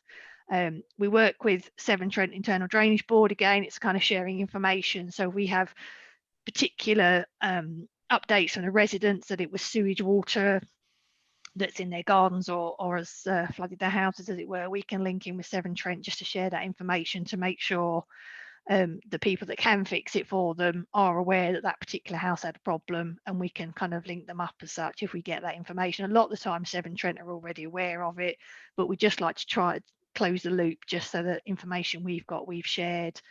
And then parish councils, again, in recovery, we work with them a lot, sort of pre-floods, but then in recovery as well. They are an excellent source of information. I often find if I can contact them, they can update me as well on residents that we weren't aware that have flooded or are having problems. We can share if there's been funding made available. When the hardship fund came out, I was able to share that through the parish councils, and they again can assist us getting the information to the people that can access that money. So they are particularly a mine of information for us and can pass information for us. And then again, yourselves in recovery, we do exactly the same as we do in response. We've tried to keep you up to date with briefings of what we're doing, what the various communities that we know of that are flooded, and again, if grants or anything else have come out, we try and make sure that we've updated everybody on what's happening. Next slide, please, Laura.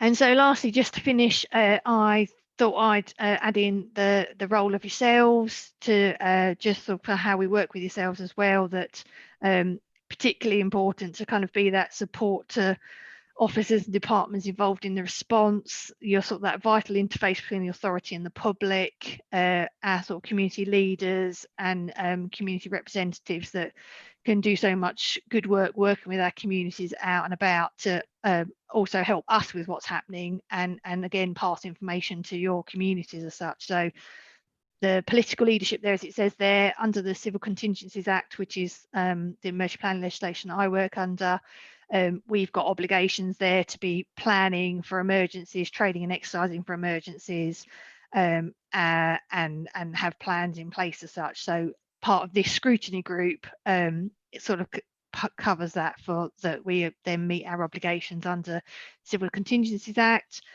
Civic leadership, it's that kind of providing that focal point for the local area during an emergency situation. So if we provide you with information of what's happening, then you can obviously assist with providing that to your communities as well. So it's kind of all that sharing of information really, so that we can get it to everybody that needs it. And also you've got that great role of being able to reassure the wider community of what's happening and this kind of thing. And then finally, the community leadership role, it's that kind of helping to increase community resilience, working with the communities as you do, encouraging those parish councils that are in high flood risk areas to, apply for one of our grant stores. We're particularly at the moment trying to encourage residents that qualify for the property resilience flood grant from November and February to apply for it. So all of those that were flooded November and February internally qualify for £5,000 for property flood protection work on their houses. So floodgates, waterproof plaster, all sorts of things. And so we'd particularly like to encourage those residents to apply for those, because that's static stuff on their house rather than having to put sandbags each time. They've actually got, good quality equipment that will help the resilience of their house as such. And so just to finish, really, a lot of our work is absolutely sharing information and partnership working really. So as Sue said, it's invaluable with, I'm able to work with her team, that I can share the information that I know from a community. Their team can share with us what they know, where they've been out quickly just to assess what's happened. And then also when it's large scale and we can't be everywhere at the same time in recovery, we can compare and make sure that one of us is in one of the communities, so that we can cover everybody and we can share information, which is invaluable. And as I've said, in finishing there, working with yourselves to be able to share that information, and you as representatives working with your communities is invaluable for sharing all the information that we need to help assist our communities. Thank you. That's great, Karen. Really appreciate that. And I say that was a really fantastic presentation to really tie together everything that we've heard this evening. Got a couple of people wanted to speak, and I'll just add in first before I forget what we'll do in my memory. So it's around flood wardens. So I know with parish council, I have a parish council in my area. They have a flood warden up in Home Pierpont, and have the store and the supply kit and FPLs. But what do we do in West Bridge as well? So we don't have a parish or town council where we have that responsibility for the special expense. Do we gone out there to get flood wardens or speak to members of the community to have that in place? So yeah, you can still have, if there's members of the community that want to volunteer to be flood wardens, they can still go through the Environment Agency scheme. They don't necessarily need to be in a parish council area. They can just be a geographical area as such. But also the West Bridgeford Forum can apply for funding instead of the parish council, because we're aware West Bridgeford is you haven't got a parish council to apply, so the forum you've got can apply for it instead on their behalf. I just saw Richard's eyes light up there as chairman of that board, so no, that's good. Okay, thank you very much. I'll go to Councillor David Sims. David, so you had a hand quite early, so over to you. Yeah, thanks for that, John. This isn't an emergency planning per se question or observation, but it's in there. I'm hearing a lot tonight of lots of good work done in silo. Like Councillor Walker said earlier on, we're at the front line. People expect us to answer questions because we can't get in touch with the councils, can't get in touch with the Environment Agency. We don't have really any information, so I think it would be useful to get some sort of flow chart as to how things happen in times of flood. So we've got something to say, right, okay, this is what's being done, this is what's being done, these are the contact numbers, albeit we can't really get in touch with them, but at least when people come to us as local councillors looking for help, we can try and help. that's one thing that I'd like to say about this. And the other thing, there's a number of facets to my observation and question, is everybody's operating in silo that I see, all doing good work. There's probably some sort of coordination, but we're not making, or it doesn't seem that we're making, we're reacting. We know that the rain comes from the sky. We know it's getting heavier and heavier and heavier. And we don't seem to be actually doing a strategic plan of where the hot spots are, what we're going to do about that. Linking into planning as well, because we hear it quite often from some of my councillor colleagues about we're not looking at it, we're just looking to build houses and do whatever we need to do without actually thinking of the consequences. So I think we need to start thinking about some sort of global strategy on how it's managed, not just reacted to. Reaction is great, but if we can resolve it before it, if we can resolve before that, then that's much better. Predict and prevent rather than react and cure.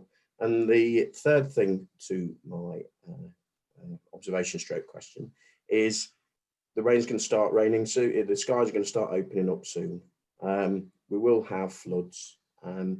What are we doing about COVID and managing rest centres with COVID in mind? Because we certainly don't want the publicity of we've brought 300 people together and 250 people have now got COVID. So, just, keep them warm. So we really need to think about that if it's not been thought about already. But that's it. Thank you. Thanks, David. I think a really good point, especially on the current situation of COVID. So pass over to Karen, please. Yeah, so plans are afoot to look at COVID issues and rest centre or a place of safety, and how that might work, and what the figures for various rest centres and things might be, because obviously spacing, etc. There is the complication, obviously, that the biggest issue is getting people to safety. If something's on fire next to the house, they need to come out. And then obviously we are then working at the moment on a system for county-wide that the county council are assisting everybody with, so that whichever rest centre opens or place of safety, we're all following the similar. So they're just looking at hand sanitizers and all protections and this kind of thing, and they're going to be dotted around the county, and the police are going to hold a stash so that as the police open somewhere, they've got a box of PPE and sanitizer and things ready, and they're just writing up some guidelines for us of how we're going to separate people and deal with people whether we're putting them aside. So yeah, there are plans afoot for that, because yeah, we are concerned with winter coming and COVID still with us. Okay, thanks. And on the point about the strategic coming together, Dave, do you want to pick that up? Yes, Chair. Happy to speak to that. So I think that was one of the reasons why we wanted colleagues from the County Council and Sue to present tonight, because really the County Council, the lead flood authority, bring together that overall flood risk and identified those very hot spots and those issues across the borough, so that there's a clear understanding about where those issues are, what measures might be required to actually prevent flooding in those areas, and indeed taking on board information that is shared with the Environment Agency as well as part of their mapping, so that residents can actually take their own measures. Is part and parcel of that, really. So I think, overall there is an understanding. I think it remains a challenge, because the weather is certainly changing. We're getting much more severe weather events now. Much of the infrastructure that we've got was designed to cope with rain, much smaller volumes of rain, but we're getting such extreme events now, and I think that's really testing the infrastructure at the moment, which is one of the reasons why we wanted to sort of share these presentations, this report with you tonight, was to sort of try and understand that in a bit more detail. But I'd like to think that we are working well together. Clearly we can always work even better, but obviously there are limitations in terms of resources that we can deploy on this. Yeah, no, thanks, Dave. I think also on David's point about where we currently are with the planning, if there was a flood tomorrow with the current of the pandemic, obviously if we haven't got that detail to hand on what is in place. Can we perhaps have that Yeah, conversation? no, just Chair, on that one. So colleagues from the County Council have prepared already a set of principles that would be allow a COVID secure risk assessment to be undertaken on any rest centre that is open. So that document exists, and we are ready to do that. I think, you know, the reality is, you know, if people have got they need a roof over their head, then obviously, you know, it's going to have to be a pragmatic approach to any rest centre deployment. And let's be honest, most people would end up going to stay with friends and family anyway, which obviously they can do at the moment. Things might change soon, but watch that space. Okay, no, thanks very much. And thanks, Dave, for that great question on there. So I go to Councillor Jones next, please. Thank you, Chairman. Firstly, I was going to build on the point you made about West Bridgford, because both Sue and the last speaker has spoken about working with parish councils. And of course, there is the West Bridgford Local Area Forum. And there's also 2 community associations, a Central Community Association and a West Bridgford Community Association. So there are bodies there that can be contacted and have quite a wide number of local members. The second point really was that in the ward I represent, Rushcliffe School was flooded twice on those 2 occasions, in November and February, again from water uphill on the building on Sharp Hill. And the consequence of that is they're still involved in massive legal and insurance wrangles with the developers. So my interest in some of these things is, where are the lessons to be learned? Because when I raised it with planning, they said, oh, they can't put a condition on that the developers must ensure in excavations that water can't afflict properties downhill.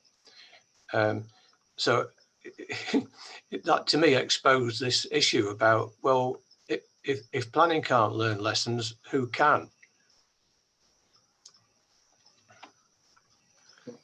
Yeah, I'm happy to sort of try and answer that. I know Sue's still on the call with us, but I know, for example, colleagues from the County Council did investigate and tackle a developer.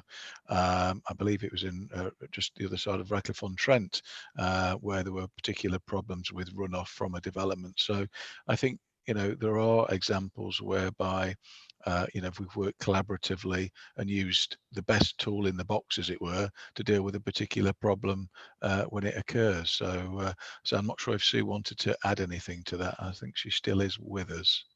Yeah, I am still with you. Certainly at Radcliffe, we work closely with the developer, and we serve notice on them to stop works and to do some remedial works on site. The problem is that we don't have enough teeth then to take an action against them with regards to compensation, maybe for those 25 odd residents that were flooded there as a result of their negligence. And it sits as a civil matter between the residents and the developer. And that's unfortunately where we have to leave it. But we are happy to come in and serve notice on developers where they have been negligent and not fulfilled their responsibilities with regard to riparian duties or discharge of water. Okay, no, yeah, thanks for that. I also know we had an issue as well in Walton area. My counterfactory in Walton was close to flooded after runoff from the land, when the land was all the grass taken off and made nice and bare, and all the water ran straight down before the working on it. But the developer there, they wanted to do a lot of good work to get the runoff area sorted quicker than they need supply conditions. But there's definitely a good point raised by the Councillor Jones that we do need to be really keeping on top of this. I'm sure Councillor Upton, with his planning hat on, who's sat in the background as well, will take that away as well, hopefully, to see what else we can do from a planning point of view. So thank you very much. Go to Councillor Mallender next, please. Thank you, Chair. Yeah, just two points. Firstly, Karen Emery, as with my hat on as chair of West Bridgford Local Area Forum, I'd welcome the chance to have a separate chat with you about how we can sort of put this information out to the various community groups around West Bridgford, and to some of the other councillors from West Bridgford who are on the forum but aren't on this particular call this evening. I think the second thing is that what we're talking about this evening is very much reactive still. It's, a development comes forward, there's a problem, we try and fix it. Or there's heavy rain, there's a problem, we try and fix it. And one of the things that we need to do is look at a longer term fix overall, and by which I mean making our catchment areas more resilient. And we need to do that by, I know it's by rewilding and sort of just planting some more trees. And I know it's great that Rushcliffe's providing some trees and putting some, providing them to local groups like 10 here or a couple there or so on. But we need to be actually looking at planting larger wooded areas within the borough so that we can actually hold some of this water. So it's not just fields, it's not just open bits of grassland. We need to be holding the water in the upland areas, in the hills and within Rushcliffe, so that we get slower runoff. Balancing ponds are great, but that's fixing a problem that we've created. We need to look at helping nature to sort of solve this problem as well. No, I completely agree, Councilman. That's why we've got great exercising coming up. I'm sure you're able to contribute so we can work that in there as well to combine those two together with the trees. Absolutely. Dave, Dave or Karen, anything you want to add quickly? Councilman, this point. Chair, I think Councillor Upton had his hand up. Okay, Nick, on mine. Yes, just briefly, Chairman. I wondered if Councillor Mallender had a view about introducing beavers into the upper reaches of rivers. There you go. I bet you won't expect that one, Councillor Mallender. I think actually I was. I think it's a great idea. It doesn't have to be all down to us. There are other creatures that have been on this planet for longer than we have that are much better at maintaining river systems and fluvial systems than we are. Beavers are certainly part of that, and as part of a larger rewilding to help address the issue of climate change, it would be a great thing to see. Good. That's great. Okay, first question there. Councillor Cumberland, did you want to come in now, or did you want to bring your question in at the next slide? Sorry, I'm putting you on the spot here. Tina? Hang on. Yep, I can hear you. You can hear me? Yeah. My biggest concerns with flooding are the fact that particularly in the villages, when we have planning applications, the lead planning authority are not concerned with the small development. They call that a small development, and yet for a village it's a large development. And if there's been flooding, they're not making comments, and those are my concerns. I just think that they should be addressing the criteria on which they make comments. Okay, thanks. I'm sure it'll be taken away by everyone who's listening in and Councillor Upton as well. So thank you very much for that one. Okay, so just bring up my list now. Is anyone else left to speak? I believe that's not seeing anyone indicate to speak, so that's great. So thank you very much, Karen, for your time this evening, and to all the speakers on this item who have put a great deal of effort into coming here tonight and putting their presentation to us. I think that was a really useful item, and again, it was another great example of what could come through the scrutiny matrix, and it just showing what a key item that was by the length of discussion we had this evening. So very conscious of time, so we're going to move on to the next item, the nature conservation strategy. So Dave, do you want to introduce anything first before we hand over to? Chair, it was just, I think there is a recommendation. Yeah, of course. I got well ahead of myself. I got so excited that we got this time of the night that we got ahead of ourselves. So I'm just going to just copy that page for the recommendation first. Just sorry, on the list.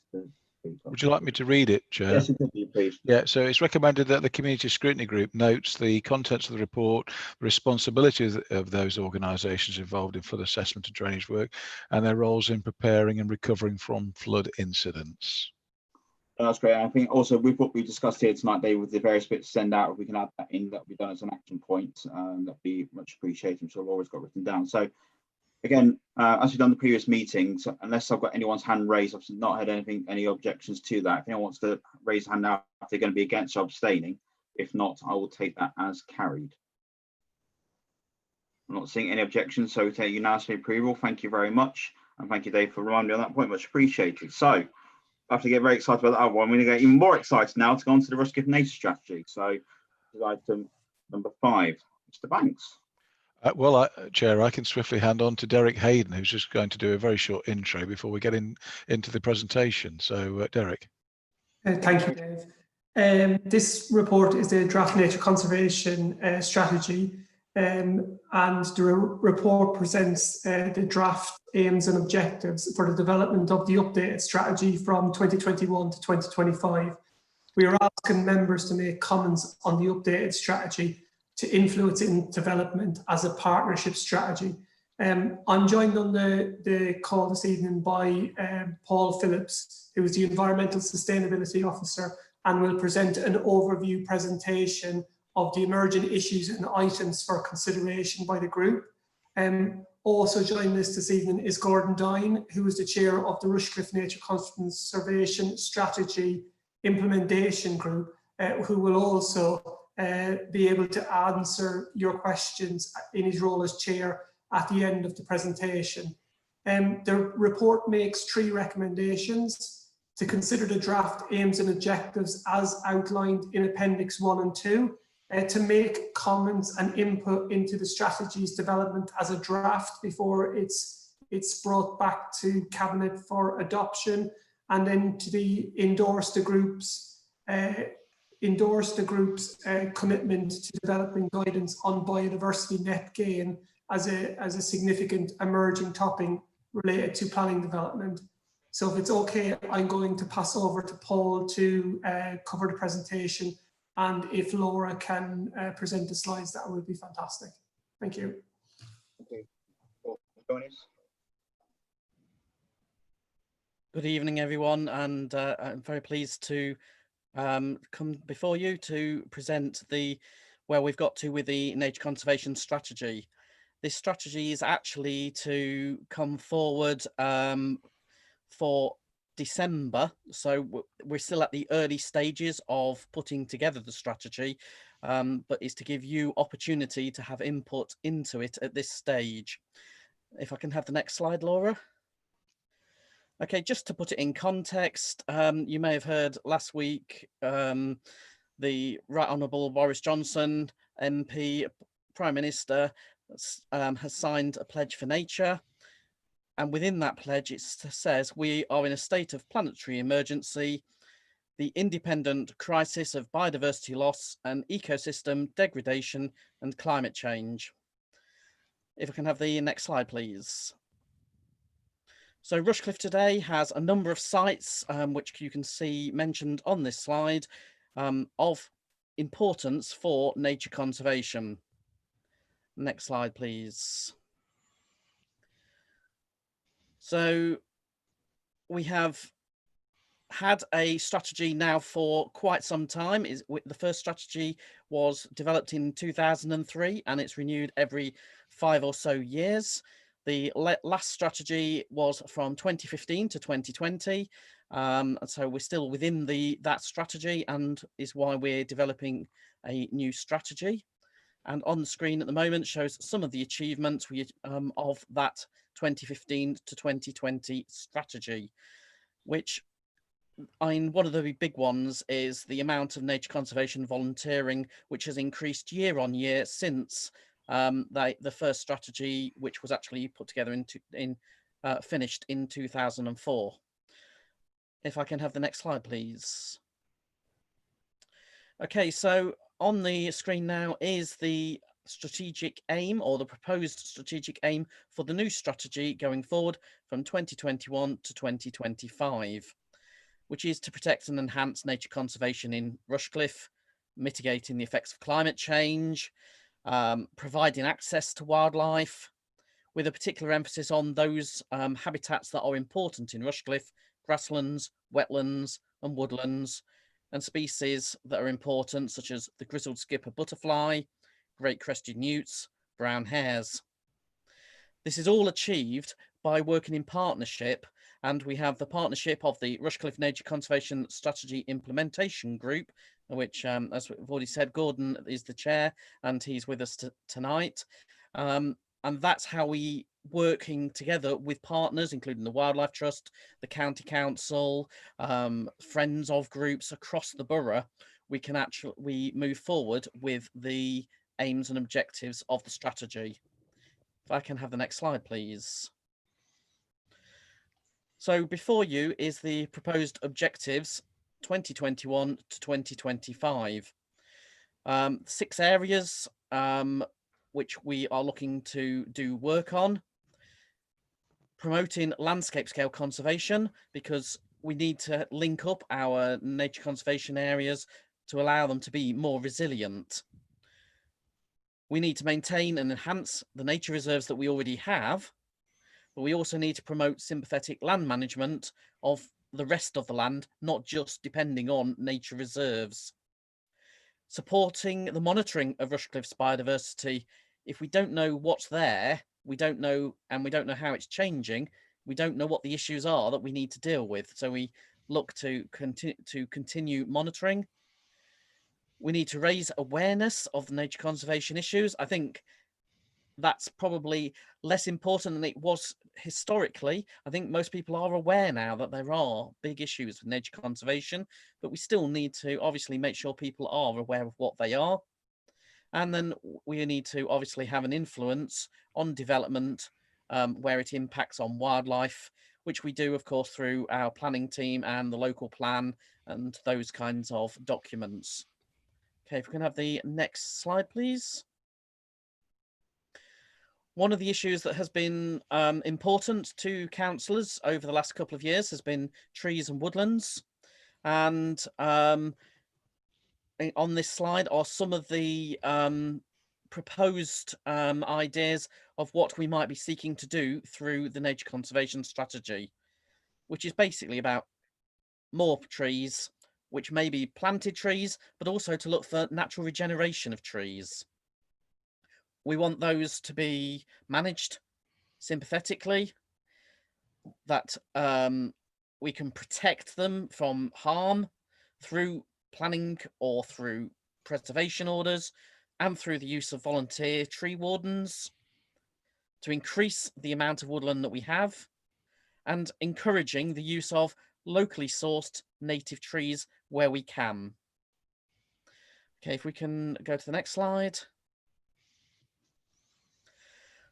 Another issue that has been of interest to the members is the grasslands on roadsides, and the Borough Council was asked by Scrutiny to review the feasibility of sowing native wildflower seeds along the grassed areas that it manages and putting forward recommendations to the Cabinet. We have to put that in the context that the Borough Council actually doesn't own a great amount of roadside grasslands. But also below on the screen at the moment, you can see 2 pictures.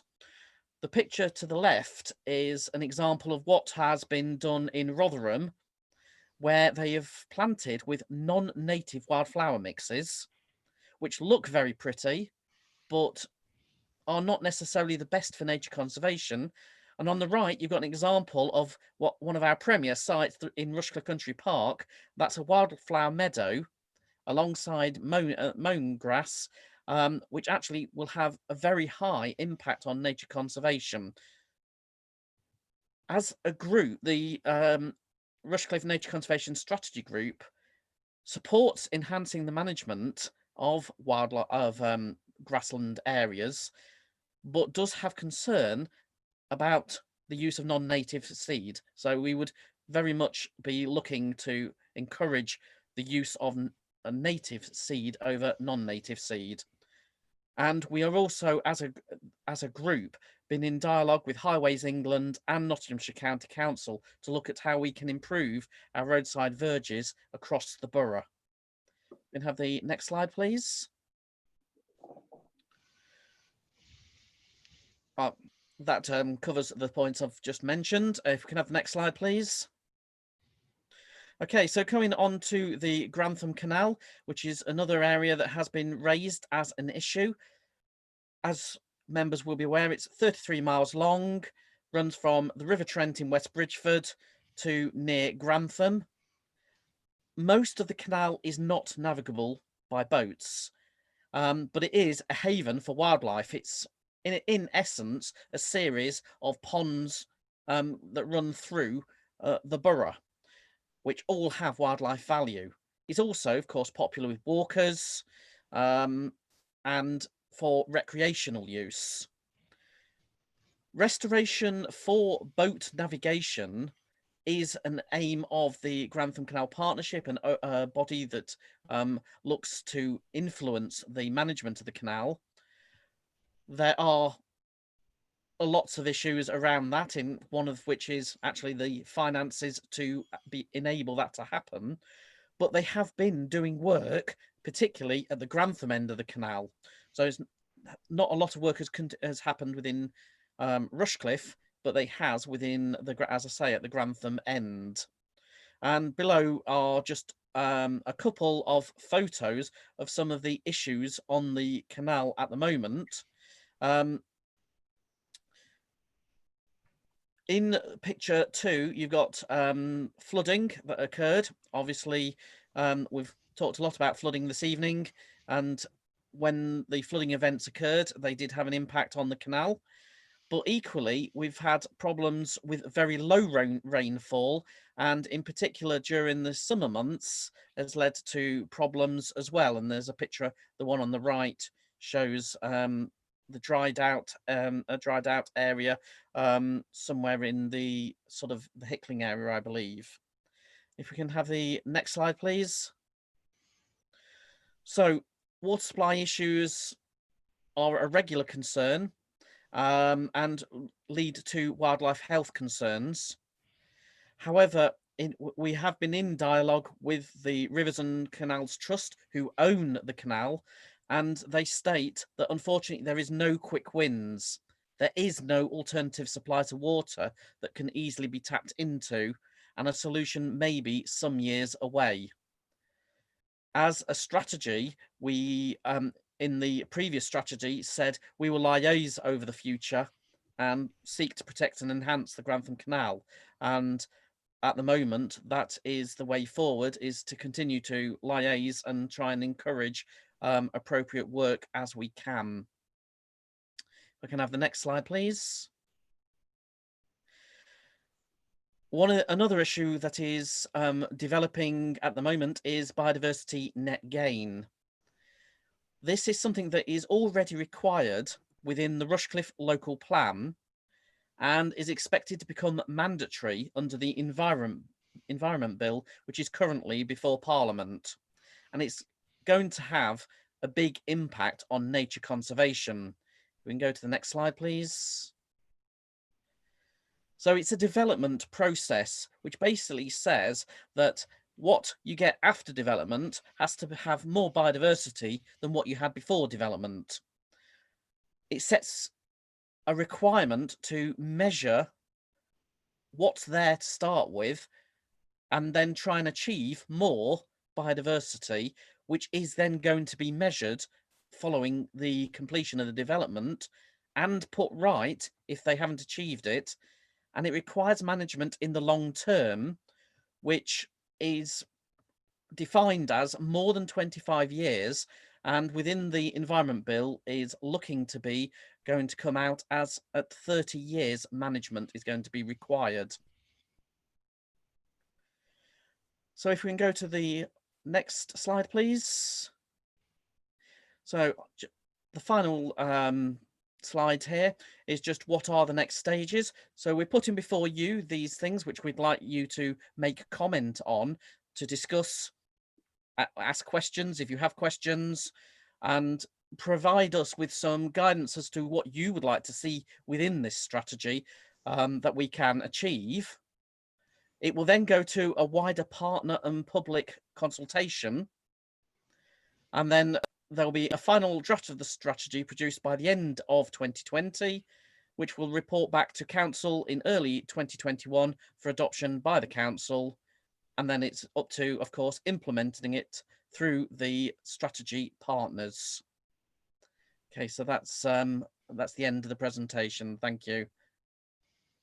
Thank you very much, Paul, for that. Really appreciate the time taken to go through that in a lot of detail. And I think it's a really important topic. And again, you could say with latest in the hour, some people straight after the first item, it can lose a bit of focus. I really don't think it will with this group, because it's something that we've been talking about in other areas as well. And looking at what you discussed there, it's really important that we give that due consideration this evening. So I have a couple of points, but first of all, I want to go around the room, as I know there'll be a lot of people interested in bringing their points up forward. So I think it was Councillor Malander's hand I saw up first. Councillor Malander.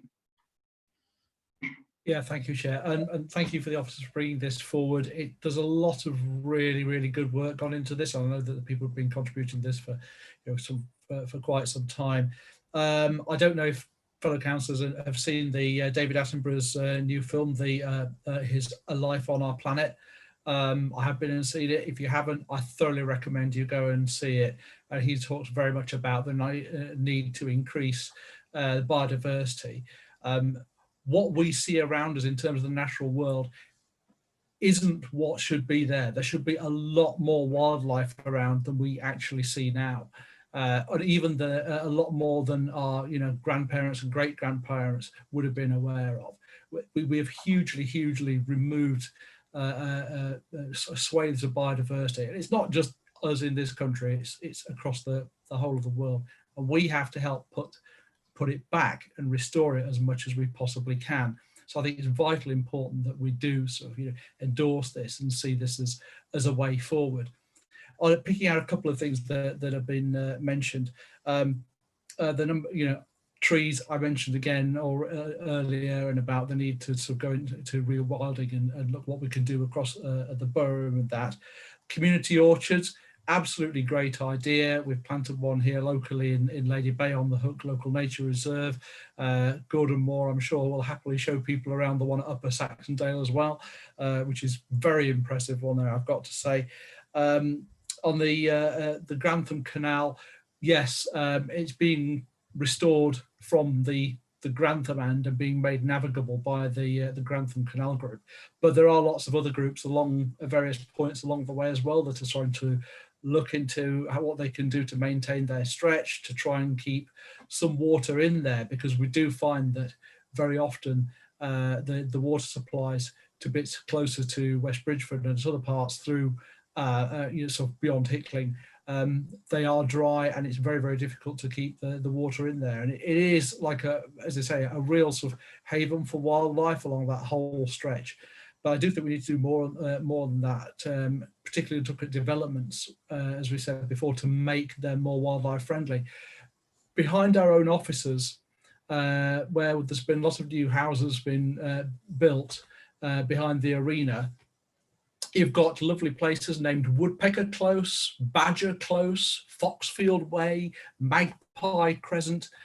And yet when you actually go and look at the houses there, the gardens there have wooden slats going right down to the ground.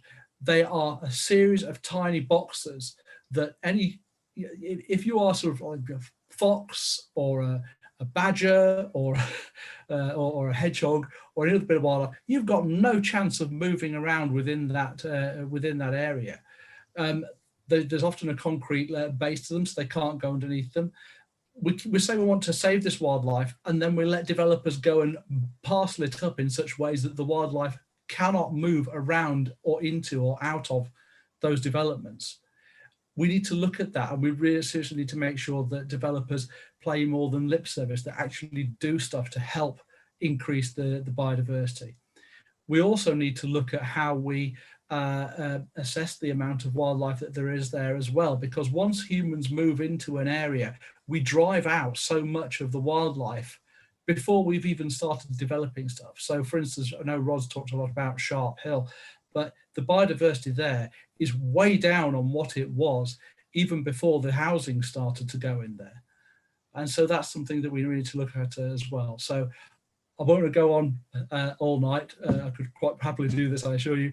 But yeah, I think this is an excellent report, and we need to do an awful lot more to increase biodiversity in Rushcliffe and around the world in general.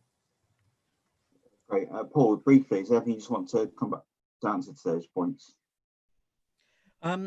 just to say that on the development thing, what I mentioned about biodiversity net gain, I think is going to be the way that we can seriously take this forward, because it will require the developer to prove that they're going to increase it.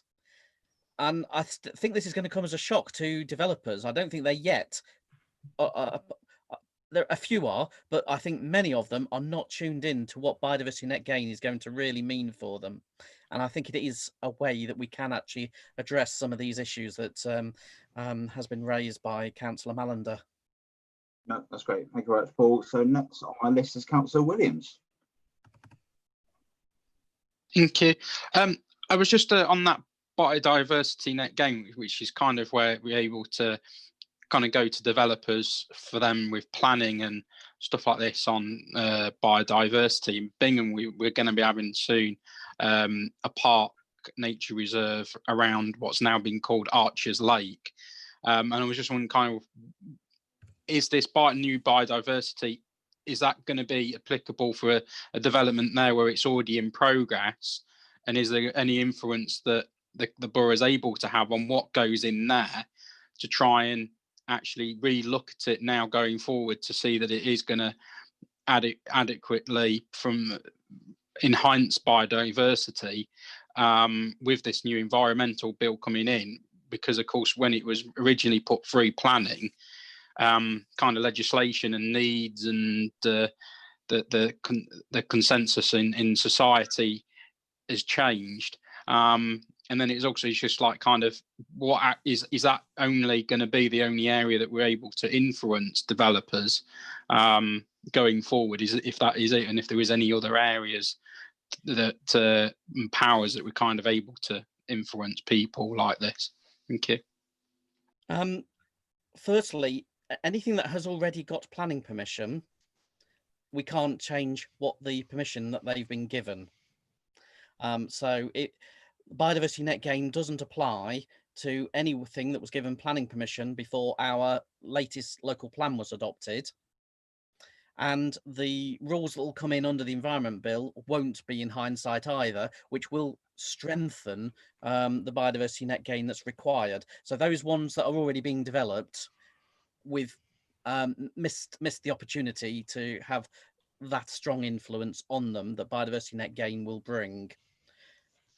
There are other options as well as biodiversity net gain. Obviously, there are some developers that are willing to discuss and want to actually make their sites of biodiversity interest. There's also opportunities with things like you can have endorsement schemes. You know, this is a high biodiversity site and things like that. The Wildlife Trust, for instance, run a scheme with developers that can show the developers that are of high environmental value. So there are other things apart from biodiversity net gain, yes, but they probably the biggest influence is going to be this biodiversity net gain. And I think also what's worth saying on those new developments, a management company will be set up to run that, and there will be money involved in that where residents have that input in as well. So I'm going to get onto my point later, but I think with the development put in place, hopefully we can try and have that influence with local members and being with the coordinator of the residents and the growth boards obviously in place to push that forward. But that's really interesting to hear that, Paul. Thank you. Next on the list I have is Councillor Bassel. Hello. Firstly, thank you very much for that. It's really good. Just two questions. First one, you spoke about volunteering, nature conservation volunteering. It's great to see the hours going up. What are we looking for in the future? Obviously, we're looking for more volunteering. Is there a figure in mind? Are we looking at X number of hours in the next coming years? And the other one was, you spoke about grass verges, and you spoke about native seeds over non-native seeds. Could we actively plant native seeds and look at altering mowing regimes and plans that we have?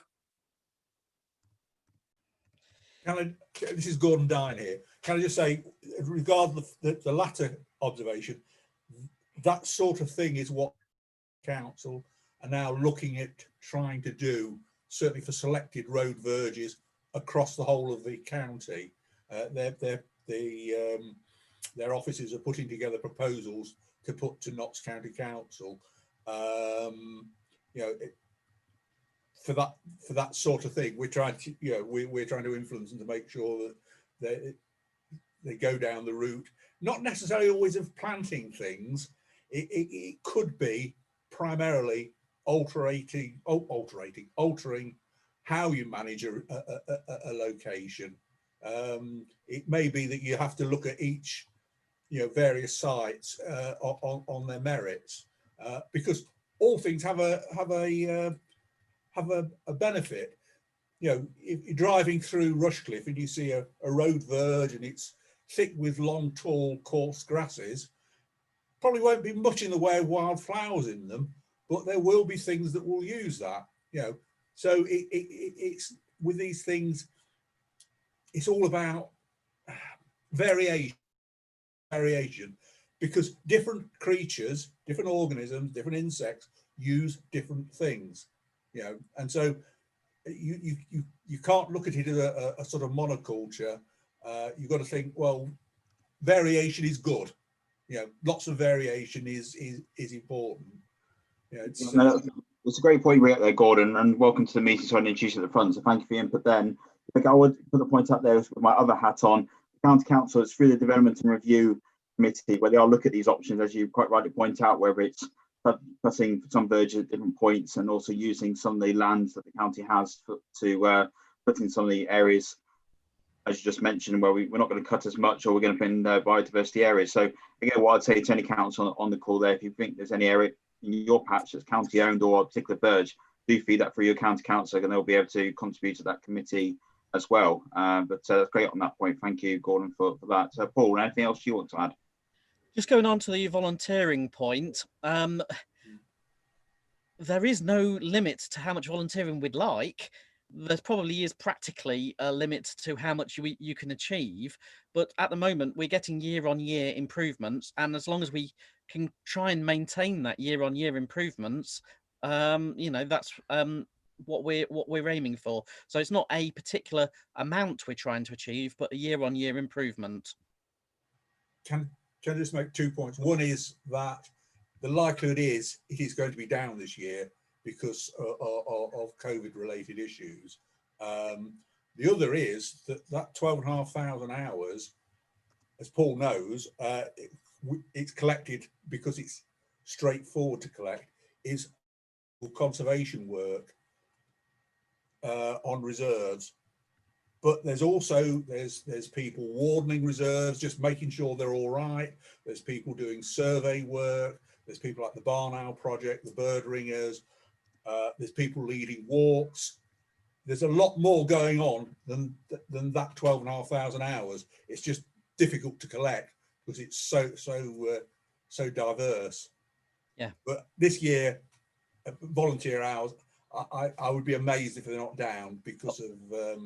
Yes, I'm aware that a number of groups suspended all volunteer work over the first few months of the pandemic, and of course are now only just starting, and they're doing it with very small numbers of volunteers to meet the distancing rules. So yes, this year will be an exception to that, but there is still volunteering going on even now. So you know, that is really great. Yeah. I mean, as it is, and of course, thanks, guys, to all the volunteers who are putting their time and effort in throughout over the years to support the work of the borough and the other groups. I really appreciate that. And I'll put special mention to Skylarks, which is in my patch. It's a great nature reserve up there, and there's a great team of volunteers who work extremely hard up there. So I managed to get that plug in. So there is one advantage to being chairman there. So next is Councillor Jones.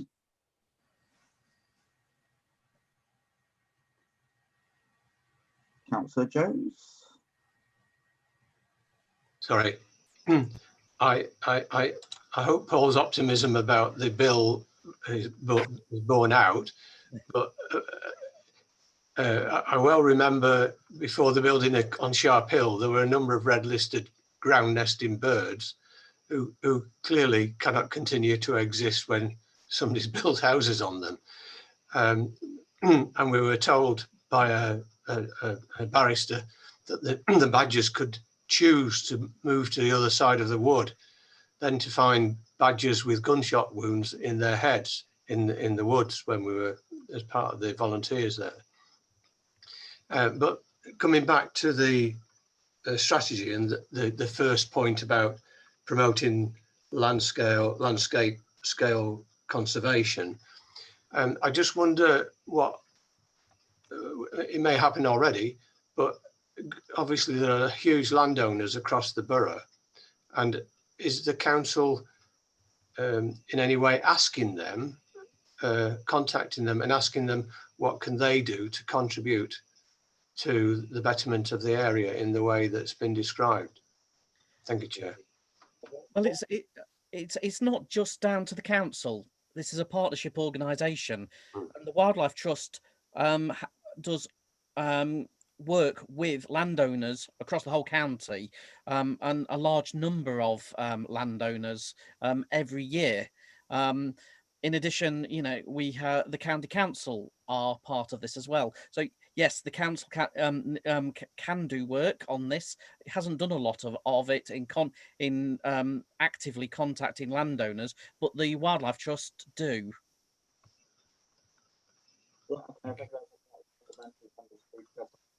Across all the people who are involved and in that work there, and Gordon does a great job in chairing. So thank you very much on that point. Next, I've got Councillor Cumberland, please. Thank you, Chairman. My particular area of concern is the Grantham Canal. I'd like to see within the nature strategy that there is a robust support and actions to maintain and conserve the Grantham Canal and its wildlife. I'm particularly concerned at the water loss in the Hickling Basin, which is now down 3 feet, and Kenilton, and you've just seen a photo, which has gone dry. I would point out that the reason these have gone dry is not because of low rainfall, but because of leaks which have not been remedied and maintained. The money and the effort goes towards the Woolsthorpe end of the canal, where there is a trip boat. It needs to be directed down to the Rushcliffe end of the canal. The Rushcliffe end of the canal is not just Hickling and Kenilton, it is also Cropwell, Copgrave, Gamston and Lady Bay. And if we don't preserve the water in the canal, we aren't going to have the wildlife area. Waterfowl do not like low, muddy waters. We'll be losing the returning otters and water vole which have been seen. So it is imperative that we maintain the water in the canal. An action group has now been formed by the chairman of Kenilton Parish Council and myself. We are the Grantham Canal Water Regeneration Group, and we have senior representatives from CRT, which is the Canal and Rivers Trust, and the Grantham Canal Society, in order to coordinate operations and apply pressure to get serious action rather than just talk and nice words. We've had 3 meetings in the month that we've been formed with CART and Grantham Canal Society, 2 on site and getting television coverage. And we've drawn up an action plan which is being enacted as we speak. However, we need to see even greater support from Rushcliffe with this nature conservation strategy. It is not currently providing that support. In March 2019, Partnership Delivery scrutinised the Grantham Canal and Canal and Rivers Trust and updated members on how the council is working to deliver 18 kilometres of multi-user towpath. This would always assume there is a canal left, of course. The canal is an enormous asset to Rushcliffe and contributes hugely to the rural economy. It's also provided health benefits many times over, particularly recently at the height of the coronavirus. as an aid to mental relaxation. The numbers of people visiting the canal have increased. So we must preserve the canal, preserve the water in the canal. So please, I would urge you, include this with robust support in the nature conservation strategy. This actually is has a very strong link to Rushcliffe's corporate priorities. So please, please, please, let's just not have nice words, let's have some action. Thank you. Thank you very much, Councillor Clumber, and thank you for joining us to put across this important points. Paul, anything you want to come back on to start with? I would, I don't disagree with anything that Councillor Cumberlack has just mentioned. The canal is a really important part of the wildlife of the area.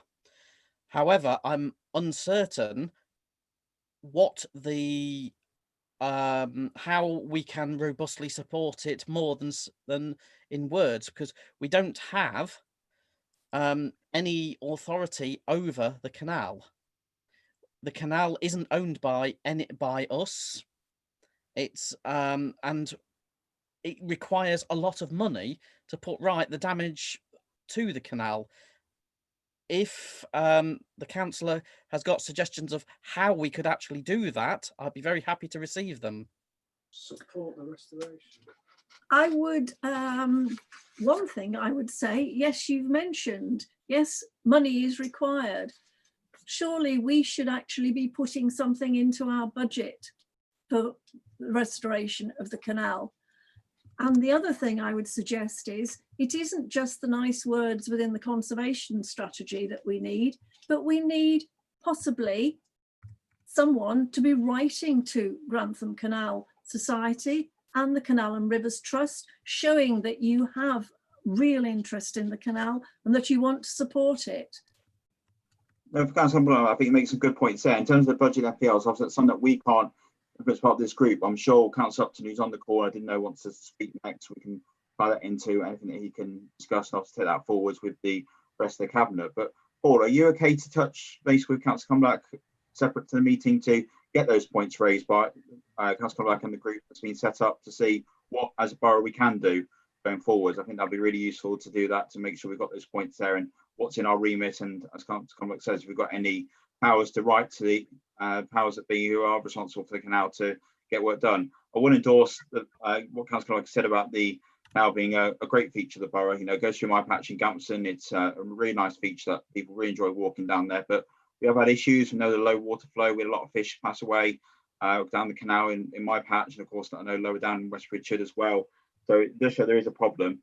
I should say as well, with my other hat on, I do a council representative on the it's still called what in terms of the information I have, the partnership, but never been to a meeting, hasn't met. But I do know that there's been plans in terms of restoring the canal, but it is in tens of millions of pounds. So whether where that's going to go, the funding, again, there wasn't really a business plan that I saw at the time when it was asked my opinion at the county and how we could proceed forwards. But perhaps if we do have that conversation going forward and see what as a borough we can influence, because again, I'm sure we can't stop at the tens of millions. We may be able to find ways what we can support, ways that perhaps aren't financial. So thank you, Councillor Cumberlack, to raise those points. I think, like I said, once again, I just say it is joined up thinking, not operating in silos. So in other words, it's like the flooding conversations we've just had. It needs some joined up thinking.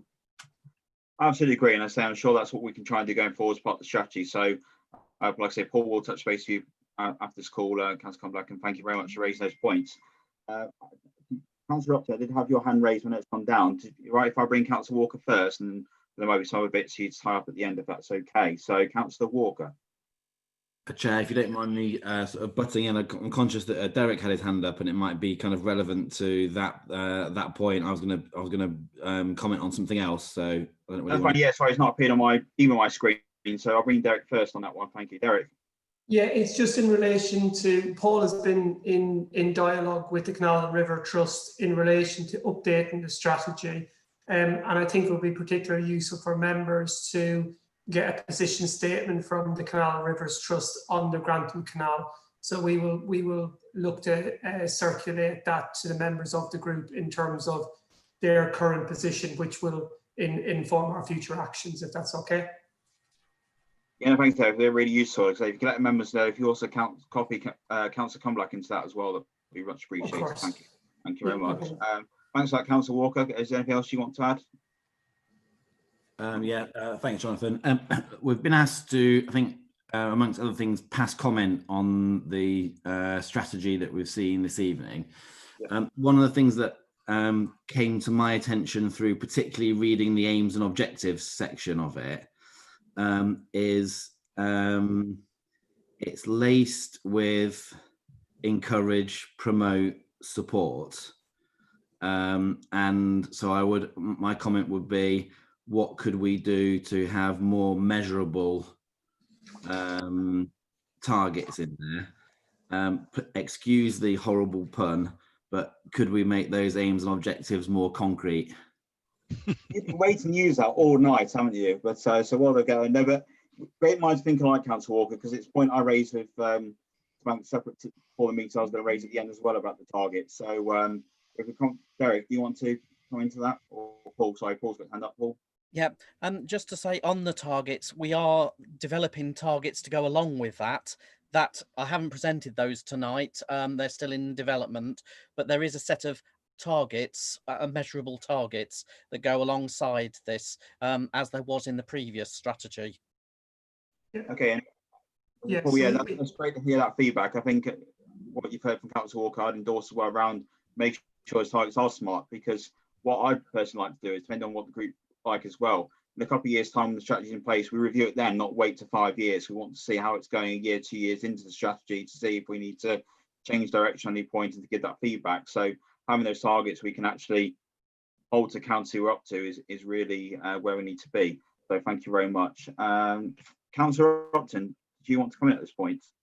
I know your hand was raised earlier. Thank you, Chairman. I've got 3 points really, but I'll start with the Grantham Canal. I was a member of the Grantham Canal Preservation Trust from 1975 to 1980. I walk it regularly. There's been a little bit of progress in the last 45 years, but I endorse what Councillor Cumberland says.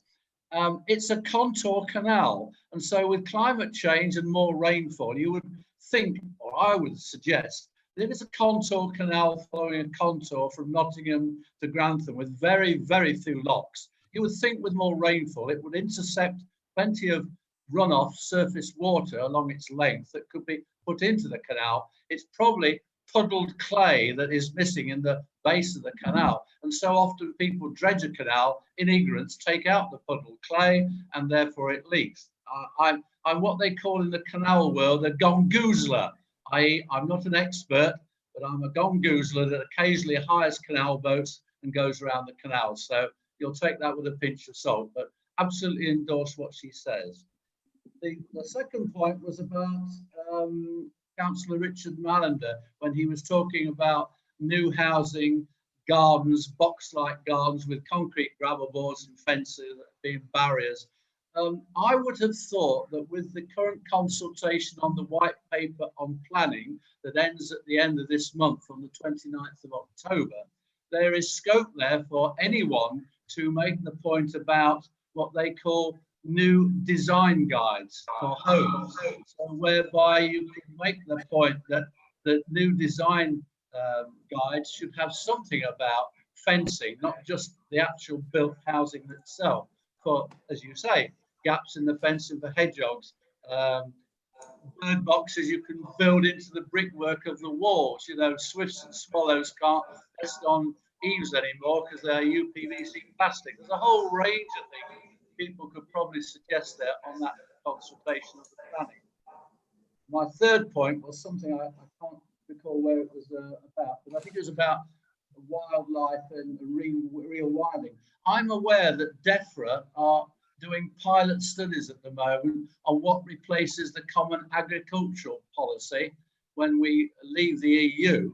And I think I'm right in saying they're aiming for a major change with the farmers in the agricultural community for about 2025. I think they're doing some detailed survey work in the northwest of England, whereby they're trying to come up with a scheme that rewards financially the agricultural sector for rewilding or conservation or wildflower meadows and the like. So I just bring that to the table as an information item, really. There's hope there. Thank you, Councillor Upton. It's really useful having you as part of the meeting to have that context too. I think the points that have been raised, that hope you can take away what the group's feeling are on those items when it comes to your cabinet. So thank you very much. I do really appreciate that contribution there as well. And obviously, hope you've heard Councillor Conduct's points as well. You can go back to one. So points that I'd like to raise after letting everyone go as well first. First of all, it's about the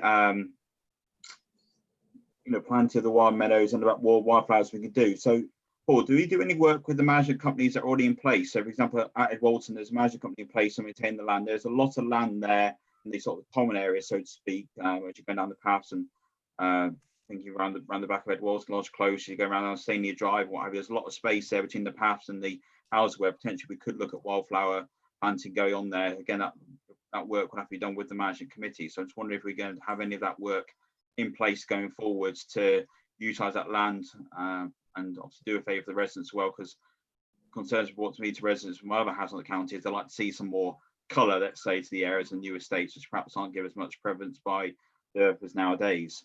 So let you answer that one first, Paul, before I come on to the next point.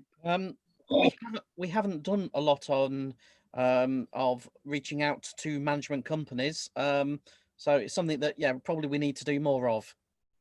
That's great. And also with the tree scheme, obviously it's again been really popular this year, and so the year seeing 1,000 trees were given away. I know there was a lot more focus this year on talking to parish councils and our community groups, because again, to try to get the use up. Do we have any feedback on how that's gone so far this year in terms of the uptake? We haven't actually analysed the data yet because it only closed last week, but we are lower down on the free tree scheme for the public this year than we have been previously. It was very late getting publicised this year, unfortunately. I think for the parish and community scheme, we're probably about on a par with what we've done in previous years. Okay, thank you. And Roger, I know perhaps part of the call there, perhaps that's something if you can look at in your role, because I imagine we're lower down as well, because a lot of people actually don't want to come out and collect them, and also a bit worried about shielding and everything else. Whether there's something we can do if we have a supply there to look at another, say, wave of applications to perhaps get some more trees to go out there. I'm not sure if that's something you can perhaps take away and look at separate to the call. I know I've thrown that on you at short notice, so apologies for that one. Thank you very much. And going on to the tree scheme again, this is for all members to be involved with really on here. So as part of the paper say, you'll see that it's due to end the funding in 2020-2021 financial year. And part of the recommendation I'd say going forwards is that we recommend to Cabinet that this is extended, because I do think this has been a great success.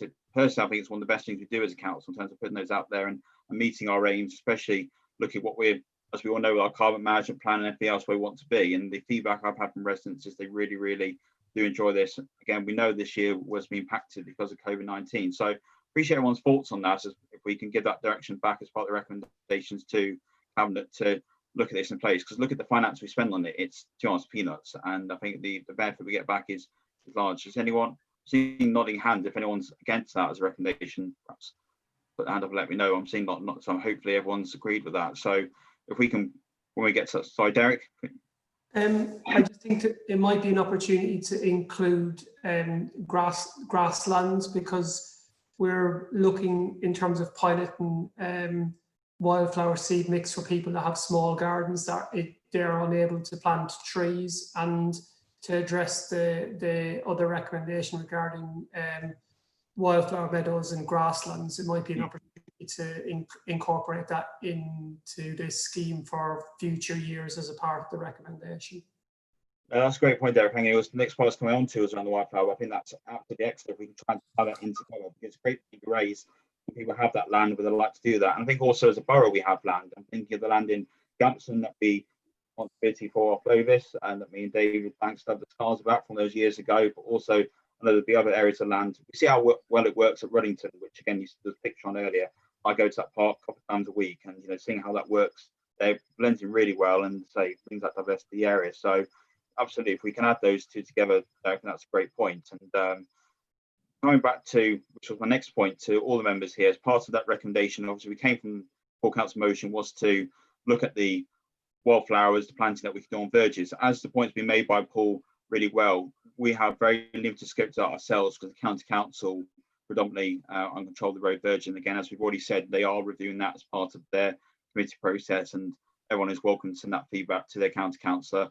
And again, feel free to send it to me as well if you like, as county councillor, and I'll make sure it goes on as well. So again, getting everyone's feedback on this would be really important. I want to make sure we do address this point. It does come to us from council to look at, is that we're happy that what Derek has suggested there, what we're going to be doing as a council, looking at what we can do within our powers to improve the planting of wildflowers and the areas that we have within the borough, and also encourage residents to do their part as well with the tree planting. Is everyone happy that if we put that recommendation back to Cabinet, as Derek has suggested there, in terms of the wildflowers looking to do, and again endorse the work that has been suggested by Derek to make sure that's put in place, and to promote as heavily as possible with the public to do their part as well if they can to plant those seeds? Is everyone happy with that overall? I'm taking nodding heads as a good sign, so I think hopefully everyone will be happy that we've covered that part off as part of that motion as well. So looking at the recommendations, there's always been put forwards there. Has anyone got any comments you want to make further before I go to the recommendations at all? Yeah, not seeing hands, but Dave, going up to David Banks. David, anything you want to do to sum up as well? No, thank you, Chair. Just happy for you to move to the recommendations, and potentially with the additional fourth recommendation as you've just outlined. Yeah, so in terms of the fourth recommendation, again, to get my wording right as I can, and eventually Laura can look back on the YouTube recording rather than word this word for word, but members are happy. The wording will be we endorse the work that's been done with the tree scheme over the term so far. I would recommend to Cabinet that this is extended in line with a programme for wildflower planting. And that might sound quite basic, but again, I want to give room for that to be tidied up by, in terms of the process done by Derek and Cabinet. Has everyone happy with that as an additional recommendation? Please put your hand up now if you're not, or any comments you want to make on that. I'm not seeing anything else. I think we're quite, so we put that as recommendation D. So the recommendations from us were to A, consider the draft nature conservation strategy, aims, objectives. I think we've done that very well. Comment and input into the developing Rushcliffe Nature Conservation Strategy 21-25. Again, cover that in detail. Endorse that the RNC SIG commit to guidelines on biodiversity net gain related to planning, development in response to the Environment Bill currently makes way through Parliament. I think we made some good comments there. I know Roger, as a Cabinet member, has been here and listened to all our feedback, which I'm sure will be part of that strategy going forwards. And obviously option D, as I read out before, which I didn't write down, so I can't see how again, but hopefully everyone also. So again, I'll go with before, unless anyone puts their hand up to say that they want to abstain or against. Like I've not got no indication throughout the meeting, we'll take that as carried. Speak now or forever hold your peace. I'm not seeing any comments out, so I think that's carried. So thank you very much, everyone, and thank you very much to Paul and Derek for staying with us and to give that great detail through there, and also to Gordon for all the work that you do in your role. Really appreciate it. Please pass the feedback on to everyone else about the implementation group. We appreciate the work you do, and to all the volunteers as part of that to help us meet our targets. So thank you very much. Right there, we're nearly there, folks. We're nearly there. So thank you for staying with us. Now on to the work programme. So on to Mr. Banks. Thank you, Chair. So obviously there's a short report there on page 27. It details that we've got 2 remaining meetings as part of the current calendar. Next meeting is on the 28th of January. We've got 3 items on there, including the return of the Rushcliffe Equality Scheme.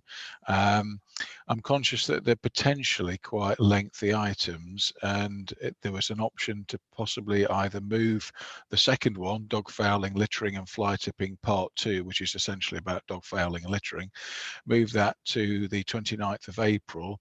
Or if members weren't supportive of that, then we would try and arrange some sort of briefing in advance of that meeting to reduce the presentation time that might be needed at the actual meeting itself. And I'm conscious, like, for example, tonight we've, you know, it's now 20 to 10. So, so yeah, open to your comments, really. Yeah, thank you, David. No, I think it's a great point there. I mean, the 2 items on there will be very meaty as well as the dog fouling. So, but again, I'm very conscious, well, same as yourself, that this came from the matrix. We did part 1, if I recall, back in July, August time. So it's quite a long distance between them. So one member's thoughts, as David suggested, I think a good compromise is we get an update where we currently are on a short briefing presentation, and then we cover that fully in the following meeting in April. So we have got an update as to where we are, because there's a huge gap. What are people's thoughts on that? Any hands go up? Be appreciated. Comments? Councillor Walker. What about another meeting? Again, reading my mind, what we just said, the issue we have is trying to get into the cycle with the obviously the cycle's been agreed at the corporate overview group, so we'd have to go to corporate overview group to get permission, in the sense it's signed off to put another one in place. So we can look at doing that. Well, no problem with that with self-council councils, representatives can put that forward if that's what members want. I just can't give that guarantee now. We've got to get that signed off by the rest of the group at the next meeting, which I can't remember when that is off the top of my head, to be perfectly honest. I think it's next month, I believe.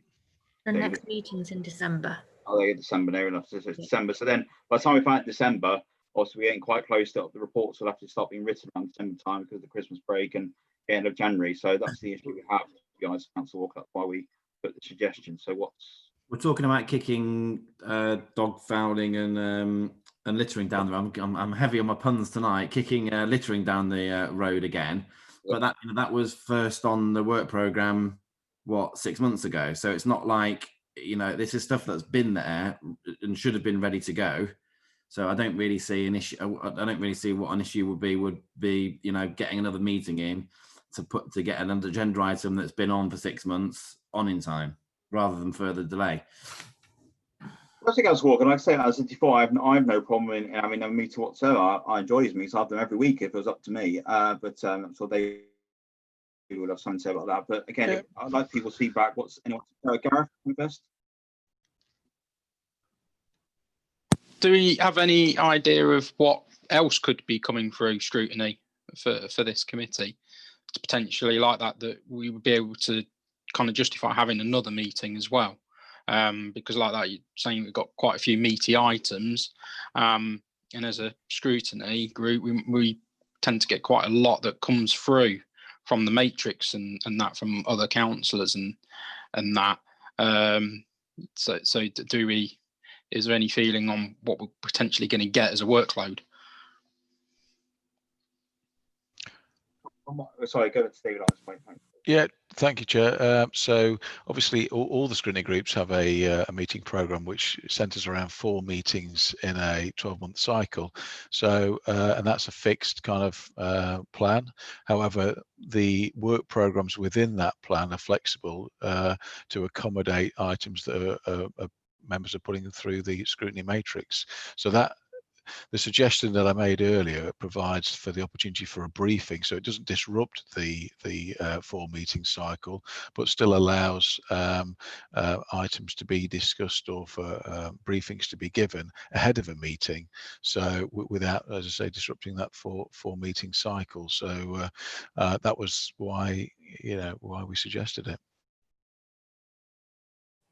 Okay, so I'll read with Richard first, with you before we time that one. Richard. Why don't we have a briefing and then we can have a short discussion after it? Then if actions need taking forward, we can agree them in principle and then rubber stamp it at the next the January meeting. That way we don't break the cycle, we don't get hassled with having to go to the overview scrutiny group. We just have it as a briefing, agree any actions in principle, and then they can be rubber stamped at the January meeting.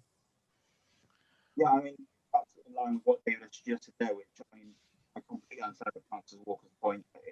The promise is not in our power to give here to just another meeting in. It's frustrating. Maybe as chairman, like, right, there were 2 free meetings, let's do it. But we do have a framework that was agreed by council in terms of how the scrutiny process will work. and that's our problem as well. We haven't got that autonomy to go straight away. We need to go through that process. So I think, to me, the point you make there is a very good one, Councillor Mander, and again, what David's building on David's point there. So if we can have agreement to do that in principle, to have, we will make sure that presentation, again, something that we discussed, myself, Councillor Bansal, and David did discuss for me, because we were really conscious we didn't want to on this. The problem, as you know, we've had to move around the work programme a lot over the last few months because different items haven't been ready for a variety of reasons. Like the Bolton Golf Course, that's been bumped back 3 times, I believe, on the originally was supposed to be in August, now coming on to January as well. Twice, I've gone twice. And obviously we have added in another item by asking the quality to come back, which was right for us to do so, because it wasn't ready to do. So that has impacts on the cycle as well. So is there anyone else who wants to add their thoughts there before we get the consensus overview where we are with the work programme? I'm not seeing any other hands go up, so please tell me if you have tried to put your hand up and my computer's fine decided to go on me. Not seeing any other input. So the recommendation that we had come through from David Banks, and again that reaches well that point as well, is that we have this briefing in January about where the update on the dog pound littering part 2, and again I will make sure we have a chance to input on that presentation where we're up to, and actually could say argue that it would work quite well in terms of give feedback where we are to give officers time to prepare anything else we want to come to the next meeting, so we get the full information that councillors want. And then what myself and Councillor Bansal, again, I'm putting words in his time, I'm sure support, we will have that conversation corporate group and eventually see it on the next cycle when this starts again in May, whether there is a way to be more flexible with this going forward. I'm conscious we may not get that agreement because it's already been signed off by council and by corporate review for the next cycle to May, but of course we can put this input to make sure we have that flexibility going forwards from May on the next, say, round of scrutiny, and to make sure that we have a flexibility to add in takeaway items. Is everyone happy with that overall? Please put your hand up if you aren't now, otherwise we'll go to that recommendation that we'll get.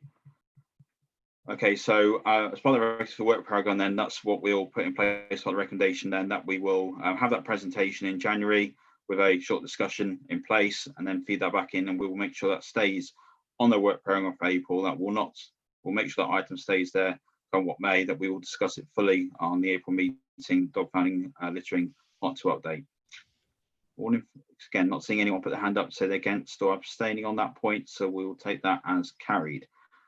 Thank you very much, everyone. I know it's been a long meeting. I think that was really, really useful, and the input everyone's put in there is really during that debate, and I'm sure, in terms of where we need to be on both items, well, the 2 subject items we discussed tonight. And again, we'll put our feedback on to everyone who has been part of this and presented from all the different parties. Really appreciate the time they've taken on that one, and I shall see you all in January. So it sounds weird to say this beforehand, but you know, having a good Christmas and everything else, but hopefully everyone take that into account. We've had that many meetings, and hopefully everyone stays safe in the current COVID times. And thank you very much.